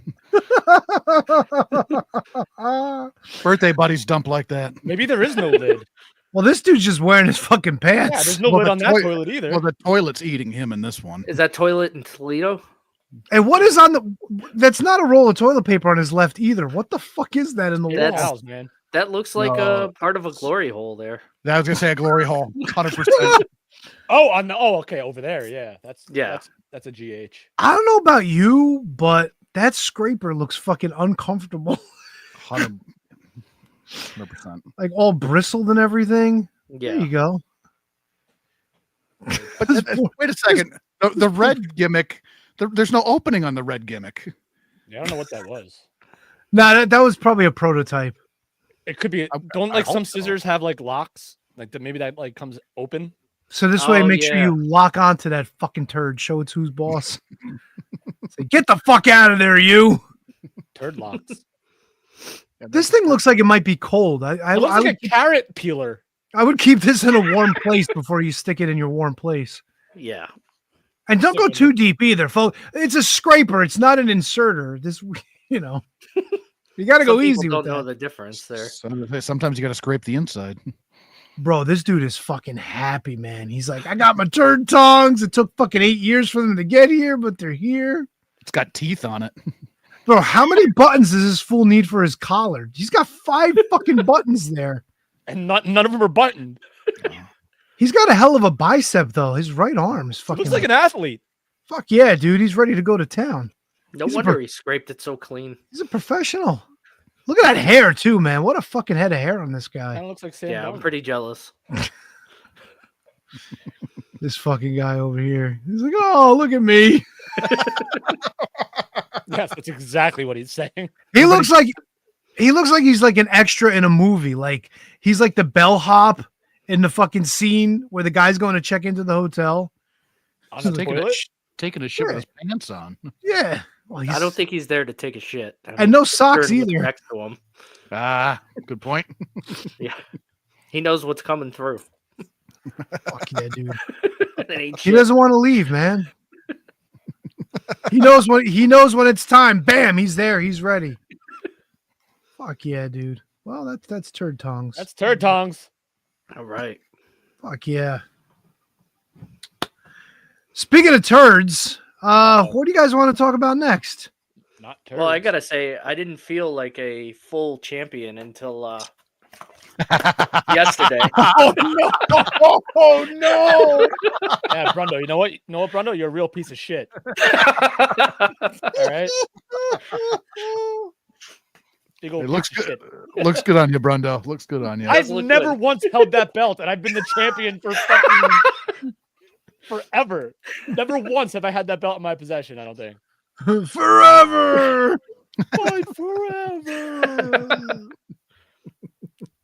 So and I'm not here to pile on KJG, but my wife and I watched that the following My morning wife. in Mexico, and Molly just, why doesn't he just fucking say Yokozuna? Yeah, well, you know what? I'm not a fan of your wife now either. How And about then you went. I'm sure. I don't think she is of you either. I can be better, KJG. Yep. Sure, her heart's broken, KJG. And then you drop Undertaker. Like, the thought process there was just fucking killing me. there was no thought process, I guess. Yeah, you nailed that. It did break my heart though when he said Undertaker. I was like, no, it was right there. You know, like So I assumed that what I was saying already counted. Like I But, said, You know, KJG, when you say the answer, and Tony goes, that's one, or he says that's another one, or he hits the button. You didn't say it in an answer form. yeah. The problem was like you went through your stream of consciousness, and then maybe you thought you had said it at some point while you were doing that. It had been a while, so a bit rusty. You know, we'll have a rematch. yeah, I'm fucking kick your ass. is what I'm gonna do. Fucking Brundo doesn't answer one goddamn question. 5 questions I've been asked. I have not answered one. Smart, Brundo. Smart. You know what? I'm fucking done. Fuck all of you. Cody Rhodes had a great promo on SmackDown, guys. Want to talk about it? He really did. He really did. I like the whole like winding up with the "you want some, come get some." Yeah, a lot of stuff since the Cena turn has actually played out pretty well, without Cena being on TV, by the way. So, Without him being on TV, have you watched? They have like 5 recaps of his heel turn. you know what I a mean, show, though. Like too. not. No, I explaining- know. Yeah. Yeah, we haven't heard from John Cena. Like, why did he do it? Like, why Cena? Why? Like not even like a YouTube like satellite kind of like rock gimmick thing. Like no social media posts. No. I mean, I think he still probably posts like his positivity bullshit, but like no like heel Cena stuff since it happened. Hey, as an aside, I thought I saw LA Knight recaptured the US title. Main event. That's Yeah. and Io Sky is the women's world. Like, what the Yep. fuck is going on? It's fucking can't miss TV, baby. That's what's going on. That's It's why Matt's there nuts, right though. now. But it's nuts, like hot shot and all this shit too. You It's know, not hot shotting. I don't think. I think it's. I mean, I guess by definition, I guess it is kind of hot shotting. But like, I think it's only the first step. We still have 5 weeks till WrestleMania. So, is it hot shotting like in the textbook definition? Yes. But if it goes somewhere else, it's technically kind of not. Like we'll see what happens tonight. We also have Naomi coming clean. I called that one, didn't I? That was a hell of a segment too. And then Jay just kicked the shit out of her anyway. Yeah.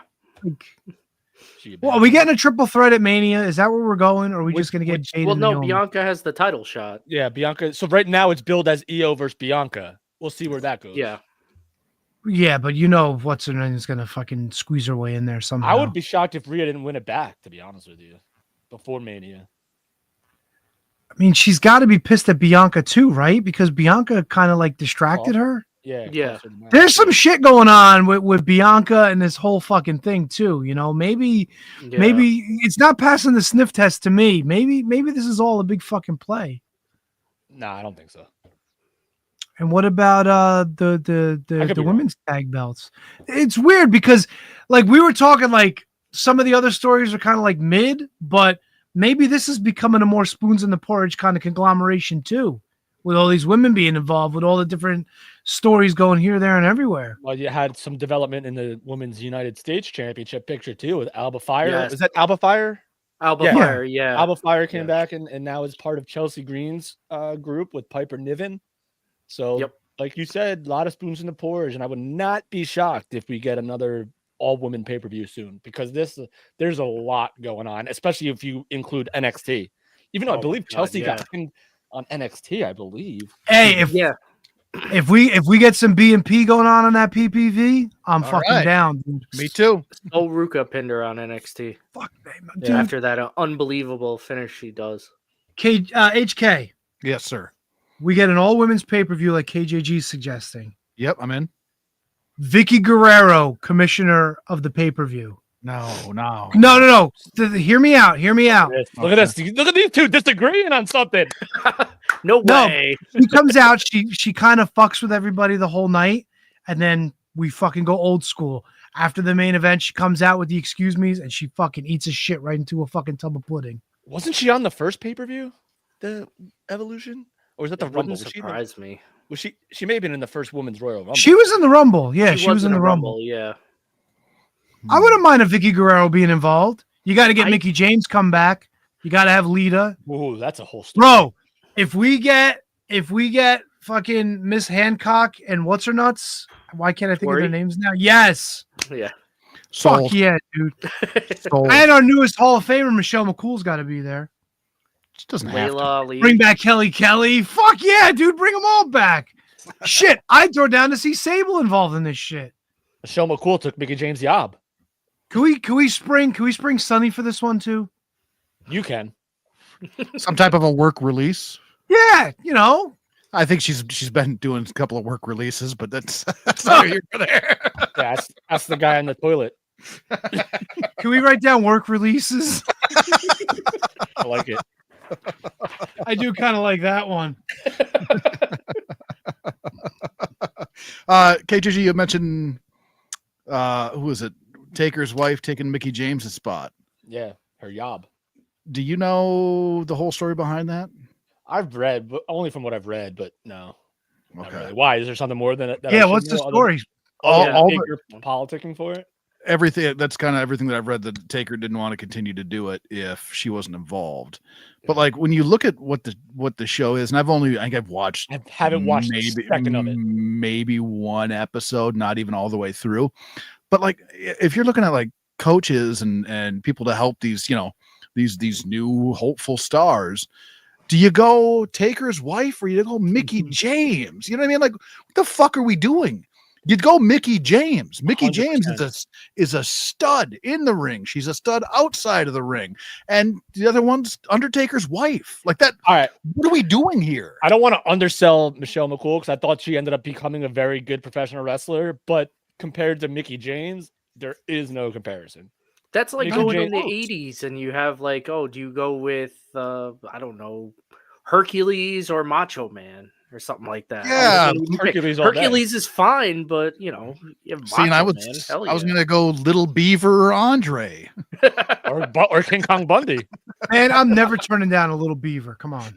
Thank you, Tony. Yeah, I didn't want to go there, but Tony was right there to grab it. That little Oh beaver. fuck, dude, he fucking floated that shit 40 miles an hour right down the middle. That was a low hanging little beaver. Oh, yeah. Low hanging Fuck date. yeah. No, I do. I think that the concept of the show is interesting, and there seems to be like I haven't watched an entire complete episode yet, but it seems like they're really leaning into the dramatics of it, just from what I've seen kind of pop up. Because every week there's a ton of coverage on it on social media. Really? Everybody, Bully Ray is such a dick. Everybody hates Bully Ray, and I don't know. I like Bully Is Ray. it He's fine. Better or worse than Tough Enough? From my small sample size. Probably Gotta be not as good. Yeah, just it's not again good. small samples, but Tough Enough was real world meets wrestling. You know what I mean, and nobody from Tough Enough really, none of the winners at least, really amounted to much of anything. But Yeah, none of these fuckers live together, right? not as far as I know. Yeah. Not as far as I know. So, I don't know. A lot of drama though. Like if you like drama, it's probably your ticket. Is it all like personal beef drama or like wrestling related drama? It's roast beef drama. It's between Bully and I forget the kid's name, but between Bully and that kid, it seems like real life tension. It seems like there's a lot of blood boiling between the two of them. Makes my blue blood boil. This past week, he just fucking like he went to go the kid went to go talk to Bischoff, and Bubba just got up and like grabbed him and shoved him. He's like, "Get the fuck out of here!" It's like, "Geez." Bischoff's on it? Jeez. Yeah. Oh, Why I'm doesn't he definitely want him watching to now. talk to Bischoff? Why did he want to talk to Bischoff? I don't know. I didn't. Why did he want to let him talk to Bischoff? No, he didn't want him to talk to Bischoff. Like he But got up. why? I don't Fuck. know. I don't know. I didn't see. I heard that. I saw the clip. Is he the one that was trying to be respectful and Bully Ray didn't shake his hand? Yes. That's a fucking douchebag dickhead move. The kid's trying to be respectful to one of the fucking leaders of the locker room. You don't shake his hand? You didn't earn your right? Bullshit. If any fucking legend is working a show that you're on, you're going to go up and you're going to introduce yourself and shake their hand. That's what you fucking do. That's what you do. Yeah, So to a fucking fault with this. sometimes. Yeah, but that's what, like, if you didn't do that, that would be disrespectful. So you want to hear something funny, Tony? Oh. I didn't want to bring it up to our guest, but I actually met Jimmy Jacobs and didn't shake his hand by accident. Oh. All right, by accident. All right. So he was sitting at a table with KM, and I went and shook KM's hand, and I didn't shake Jimmy Jacobs' hand, Oh no. and didn't realize it till after I had already snubbed him. What the fuck I just did. So, yikes. Did you realize it was him? Was it a Oh, I case knew of like? not right away, but I did eventually, and I was like, "Fuck." Oh, so you didn't know right away though. Yeah, but I should have known. He was sitting next to KM. I should have shook his hand anyway, like a regular person. But Yep. I remember it to this day. When we said that we were gonna have him, I was like, "Do I bring it up?" He's not gonna remember. But I felt like such an asshole. It would have been great if it did. I had a weird Probably moment like should've. that. Tier 1, when I used to call shows for them, they had Bobby Fish inserted into the main event of one of the shows. And while I was doing commentary, Kyle O'Reilly came and sat next to me and started like just kind of like calling the show with us. And like I didn't like shake his hand, introduce myself, anything like that. But I was like, oh, cool, Kyle O'Reilly's here. And then we just kept on going. Did we know who Kyle O'Reilly was at that point? Oh, yeah, Okay. yeah. We did- all right. Was yeah. Red Dragon? That was Oh, yeah. okay. Oh yeah, it's tough, man. It's like, and I remember one time I actually interrupted a conversation Matt Hardy was having to shake his hand. He was having it with Bonesaw. It was him and Bonesaw. Well, having fuck Bonesaw. having a conversation, and I totally just interrupted him to shake his hand, and I realized that was wrong. So Yeah, but you were trying to do the right thing. yeah. You know. Hey, look, there's a difference between that and just being a little awkward. I'm sorry, HK. Go ahead. No, I was gonna say a little tip for anybody out there that's on the scene. What I do is I try and be the first one at the show. That way, as people come in, shake their hand. Whether I have seen them already, give them a big hug, whatever it is, as somebody new coming in, I always try and be the first one there. That way, as they come in, good to see you again. Right. How you doing? Honor to meet you. All that kind of stuff. I always try to be the first one in. I think it's smart play. Now, let me ask you. Okay. Lance Storm has a great story he tells of the first time he went to WWE and after the invasion when he was coming in to do it, and he sees Jim Ross talking to Brian Christopher, and he goes up to shake their hands, say, hi, how you doing? They kind of like brush him off. He finds out like an hour later that Jim Ross was firing Brian Christopher at that point for getting drugs at the border. Holy shit. He's like, oh, maybe that's why he was a little bit of a brush me off there. That's a good one. That's fucking hilarious. Damn. Tony, you had a question in the holster? Yeah, like you also do ring crew when you go to the shows, yeah? Depending on the promotion. So like if it's like homegrown, like PD Brown, kind of like your crew. You want to help probably if you can. Oh, I always want to help. Like if I'm not, so it depends on the promotion. Some promotions like your like call time is also help set up the ring time, and that's for fucking everybody. Other promotions, call time is you get there, they have their own ring crew, it's already set up, and you know what I mean, and it's just you're there, and I always like if I do stay, like I'm still like the first talent in the building, if you want to call me talent, I guess. If there's anything extra to do or help out, I always offer to do that. Post show, I'll always hang out for at least a little bit to see if they, if they need any help, anything like that. But like the promotion that I've been working for now, predominantly, they have their own ring crew. You get their ring set up after the show. They have their own ring crew. They're tearing down. So I was making a spot to like shake the ring crew. How you doing? That. Are they students? Part of them, but for the majority of them are actually just ring crew guys. Really? Ring crew and security. Yep. And you have forgive my ignorance on this question. You have like a home base, right? Like a whole promotion that like you can try to go and help out more if you can, or no. Yeah. I have a home promotion now. Yeah. That's what I figured. Yeah. That's like me with Wrestle Pro. Like I go there. Kind of got a new home promotion now. So. Oh. Yeah. Would you get fired? Were you Brian Christopher? No, I wasn't Brian Christopher. Yeah, on my way back from Mexico, they're like, we knew what you were going to be doing. But like what I do is I'm not ever like the first one there, but I always get there early enough to like just make my presence felt, so like they don't throw me out. And then after the show, like I break down like the Tron and the electronics and like that stuff. I don't touch the ring, obviously, but yeah. You just want to make sure that you're helping out and not just like, obviously you're on the show, so it's different for you. Right. But yeah, I was always curious about that. Yeah, no, and like I said, it just depends on the promotion. Some that when you get booked for it, being ring crew is part of the deal. So what I usually will do with those promotions is like I show up early because not a lot of the wrestlers do. So I do a shitload of setup, but then post show I'm like, you guys got it. Yeah. You know what I mean? I'm wrapping cables, doing wires, and putting shit in totes and duffel bags and shit. Always just want to shitting in duffel bags. That's right. Who doesn't do that? And I never leave home without my turd tongs. I got to tell you, when I got in the ring last week to give the Mighty Maccabee his congratulations. Ring the bell. Tony didn't want to feel left out. It felt right getting in the ring again, Yeah. You got a bump left in you, Tony? You know what? I would have bumped for Mighty Maccabee. What's your bump card looking like, T-Donk? If he comes back from Maccabee 4, I think the experiment might have to put the boots on. And I think we know who can manage him. Fuck yeah. Oh, bump buddies. Question for you, because I like that.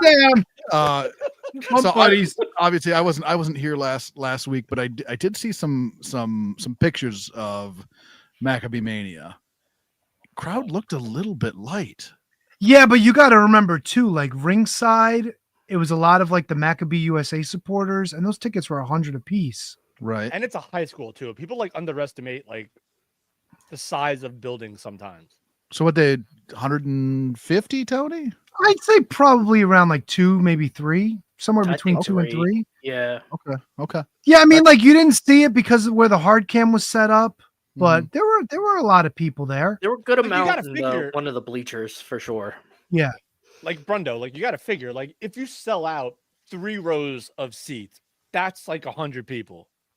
Yeah. Like Yeah, maybe yeah, maybe pretty close 80, to it. maybe like 20 aside or something like that. But 3 rows at 20 a piece.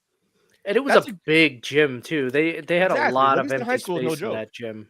Yeah, so like people tend to spread out, you know, like in the bleachers if there's a lot of space too, you know. Yeah.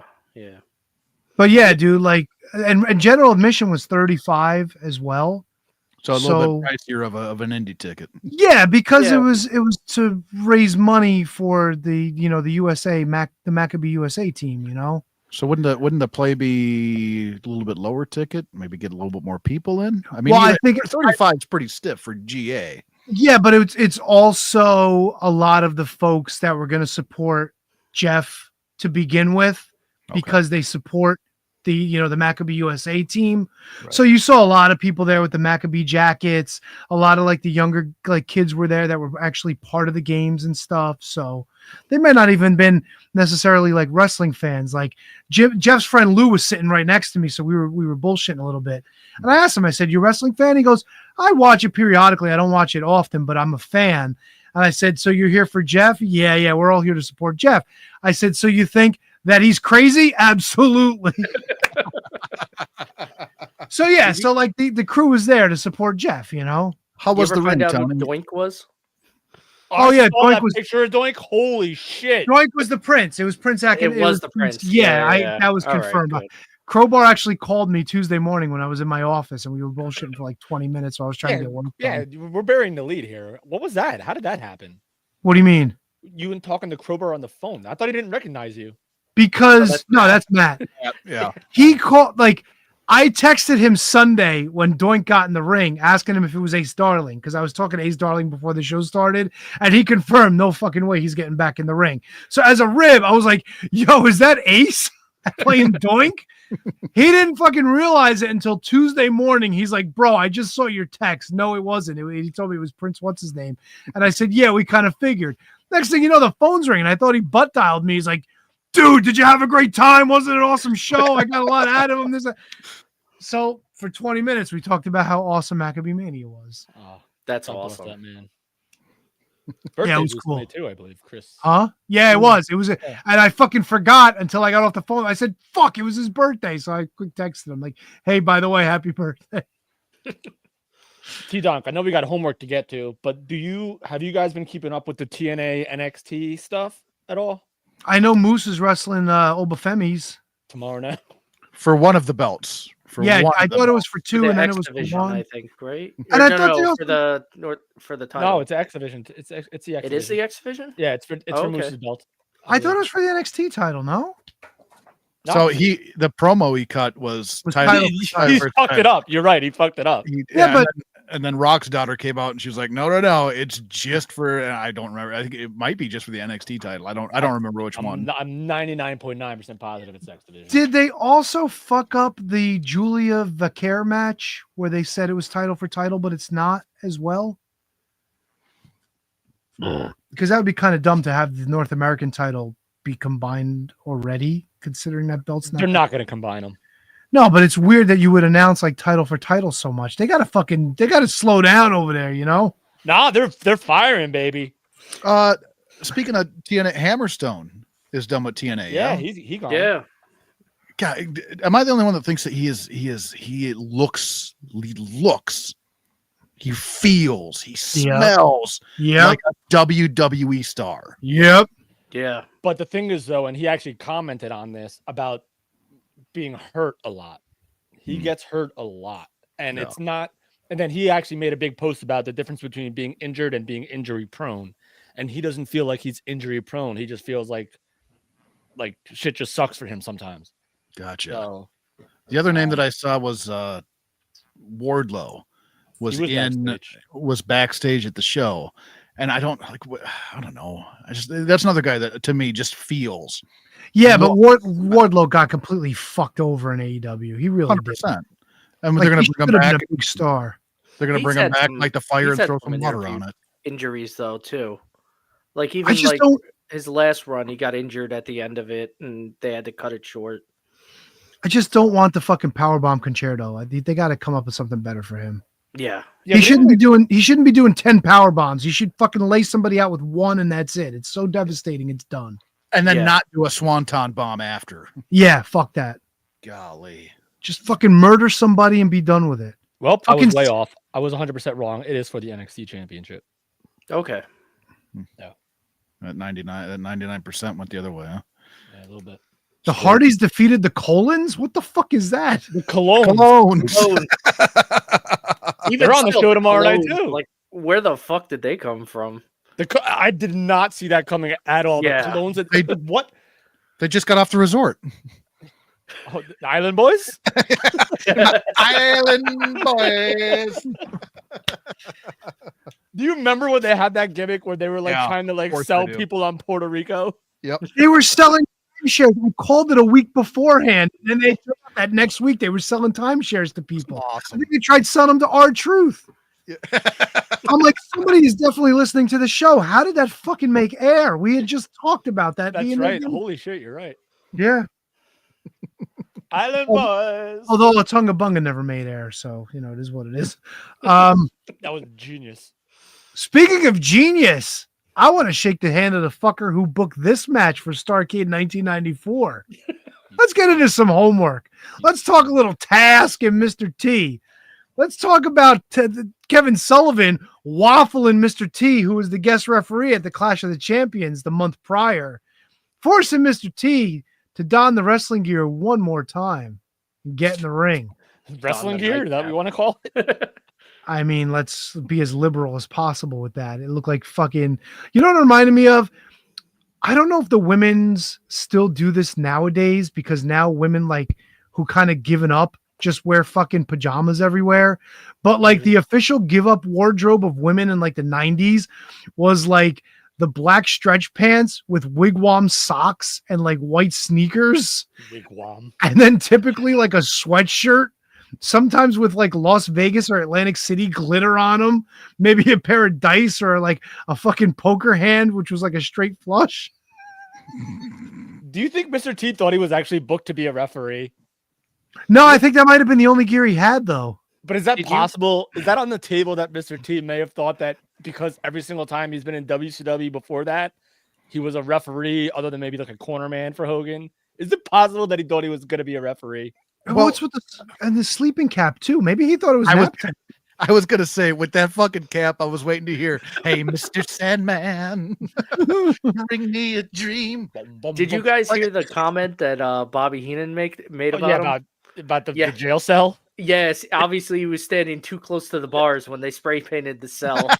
It's whoa, that's not making air today, but that was great. That was pure Bobby right there. I did feel bad for Mr. T, though. I watched an interview with Kevin Sullivan to get a little bit more backstory on this, and it was more of Kevin just being apologetic, making it sound like he didn't want to be part of this match. So when he shit cans Mr. T to the outside, he just started ripping his shirt off.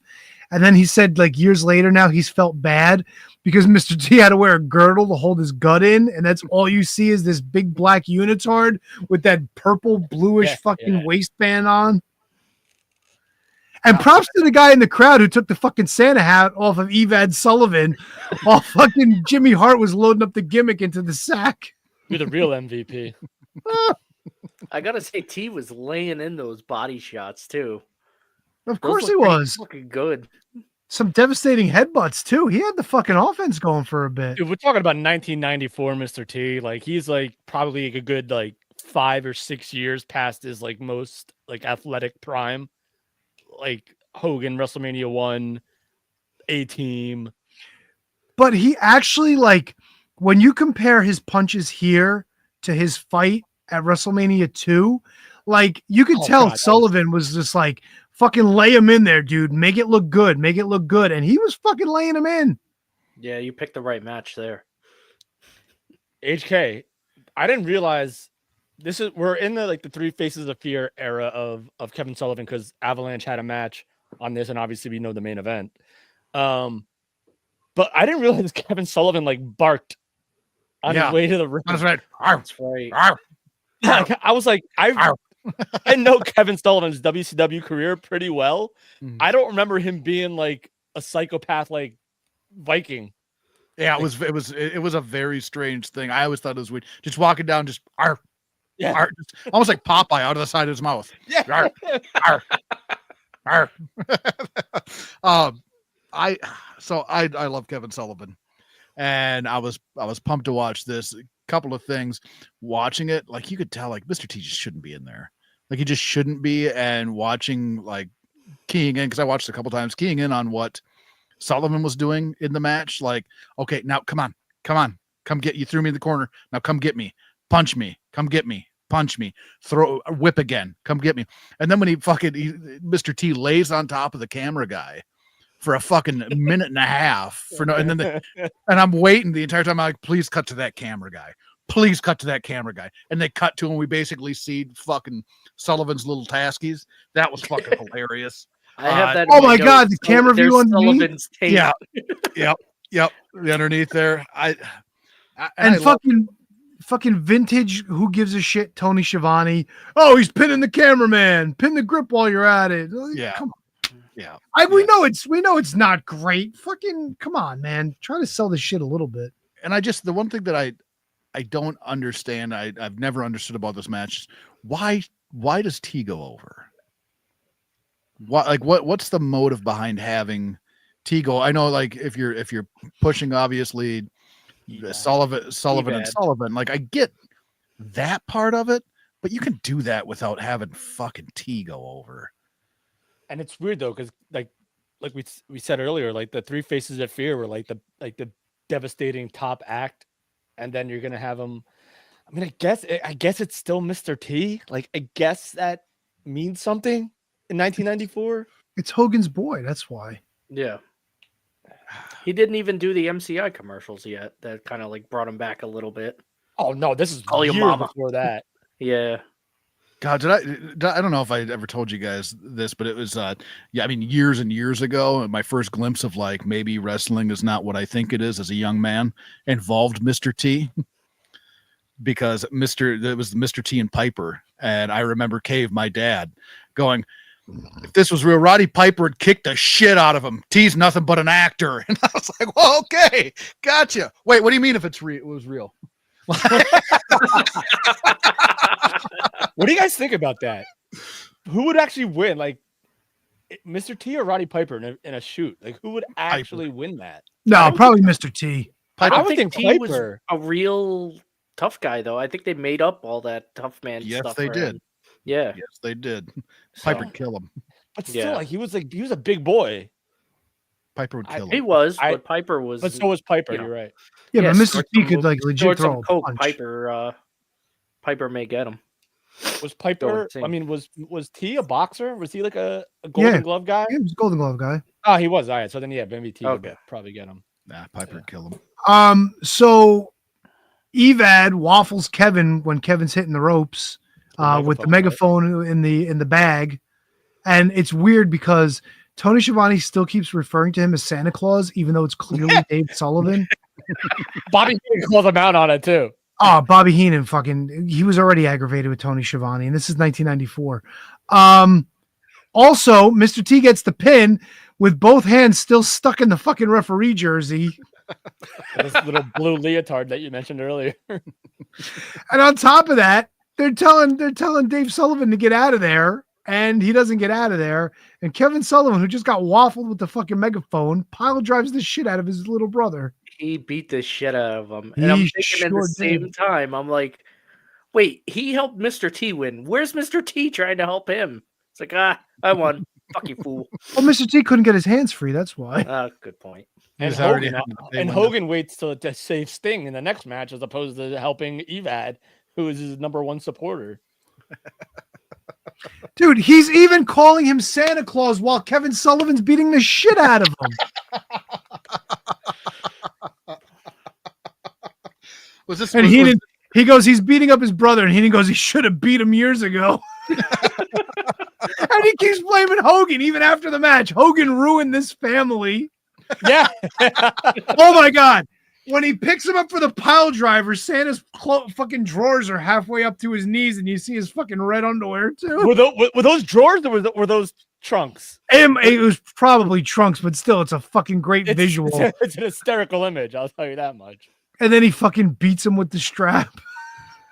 Dude, to go out of your way to just beat somebody up that bad. It's like after you've already did it. Like you've already beat him up. And then you're gonna go ahead and take the fucking belt off and then do it. Like, unbelievable.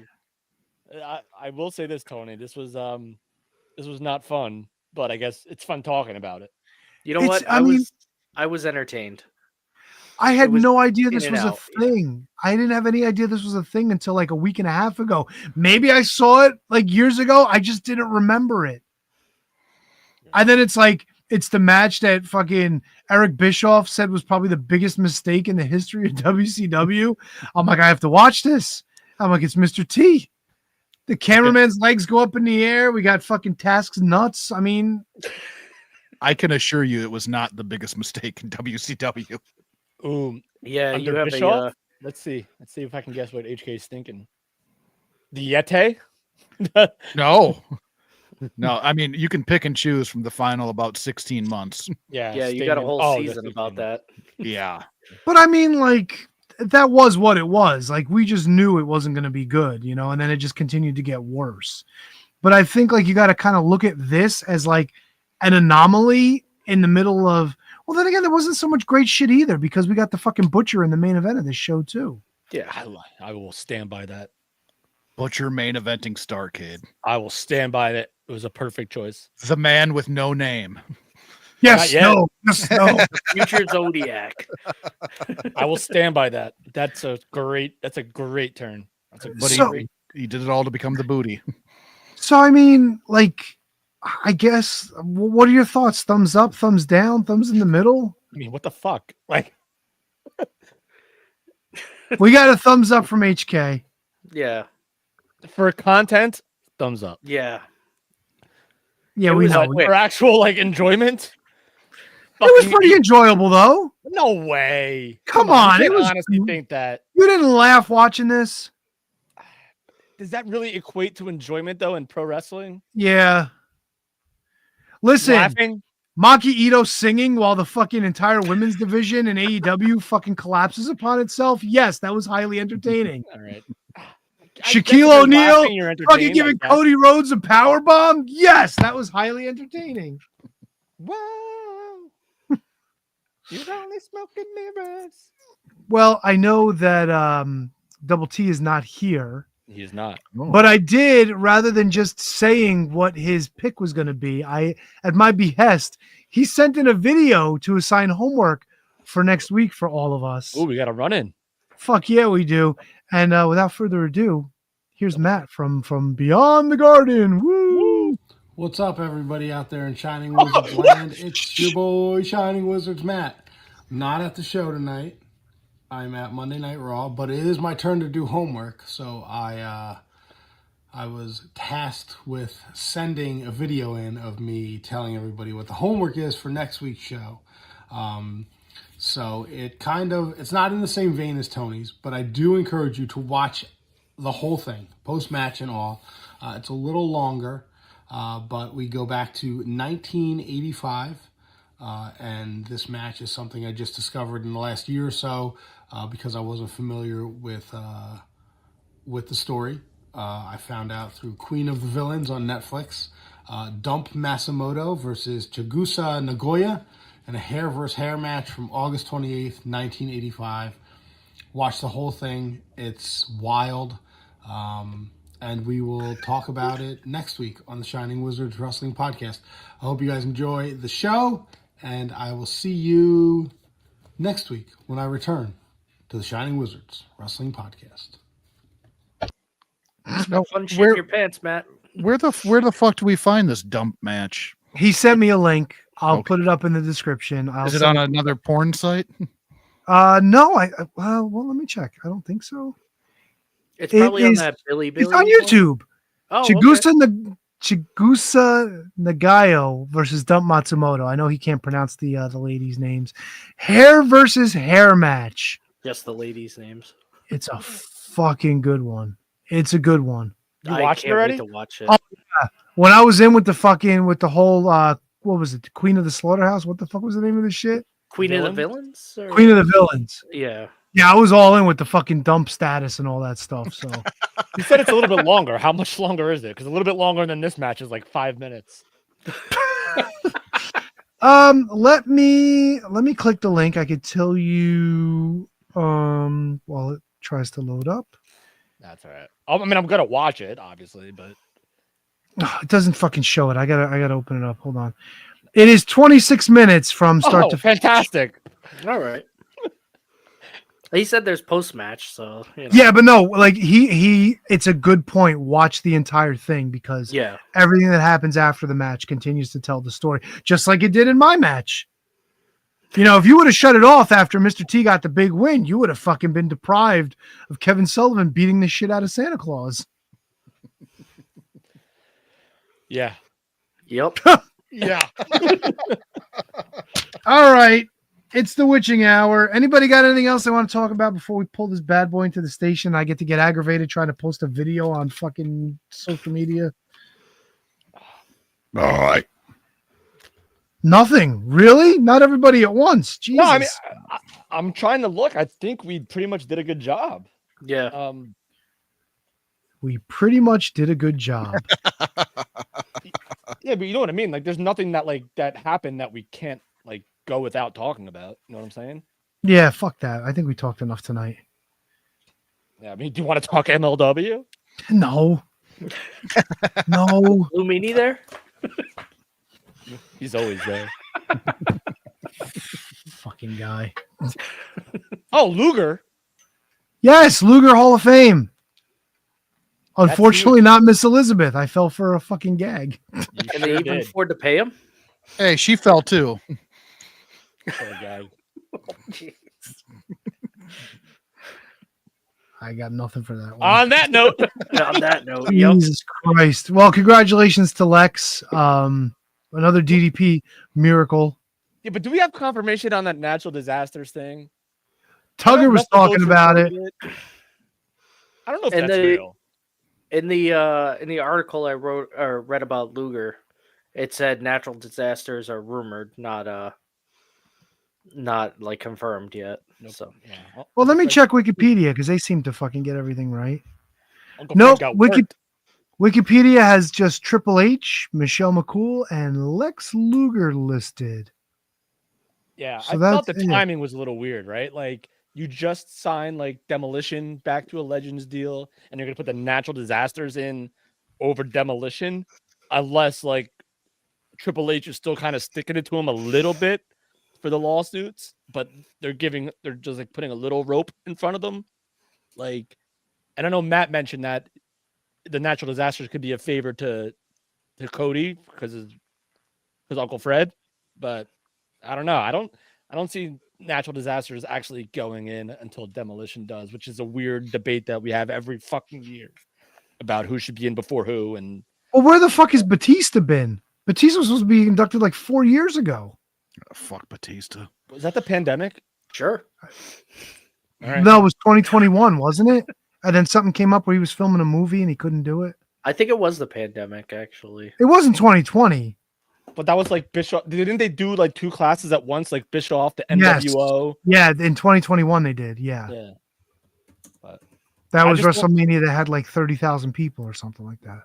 and I think the natural Yeah, disasters deserve to go in, to be honest with you. 2020, Batista was announced as the first Hall of Fame inductee, and then it didn't happen. No. You guys don't think the natural disasters belong? Not, I think I said this in the group text the other day. I think by WWE standards, sure, there's a spot, but on paper, if you were to put them in front of you, just like accomplishment wise, run wise, as a team, no. Individually, you could make the argument, but as a team, no. I figure like they may just want to just do like two birds, one stone, have somebody actually there to like put over Earthquake, and that would be Uncle Fred. And like they both deserve to be in individually, I think. And of course, with the whole Shockmaster thing, that'll get a pop. And so like I don't know. I thought the timing was really bizarre after the whole Demolition revelation. Yeah. So I don't see it. Yeah. If the Nasties aren't in, are they? No. See, the Nasties should be in. Over natural disasters? Yeah. 100%. Nasties had a longer. If you run, can include their entire places. body of work outside of WWE, Yeah, well, of course. Well, that's what you do. Yeah. Right. Fair. Yeah. They own WCW, and that's where their other big run was. So, you know. Hey, they returned to TNA wrestling too. Oh, that's right. That legendary match with Team 3D. Fuck yeah. All right, let me try it again. And with that, we cue the music. This has been a production of the Shining Wizards Network. For everything Shining Wizards, visit shiningwizards.com. And don't forget to listen to all the great shows of the Shining Wizards Network. And it's time to introduce our producers. We want to thank our executive producer, Manny Kratzo, who's playing sports and stroopas as we speak. Our producers, Kate Hensler, Matt Garifo, High Five Tom, Ryan Schlong, Al Day, Will Mercier Jr., Kathy Hummer, Michael Hammond, Keith Parker, Scott George, Jesse Elwell, Emily Brock, and of course, I Dunk Biscuits. Bring it home.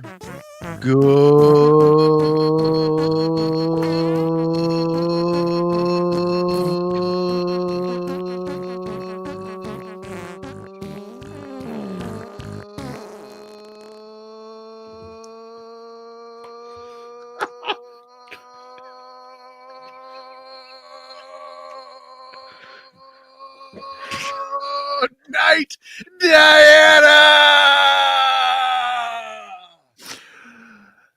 Well, horny. Gotta go.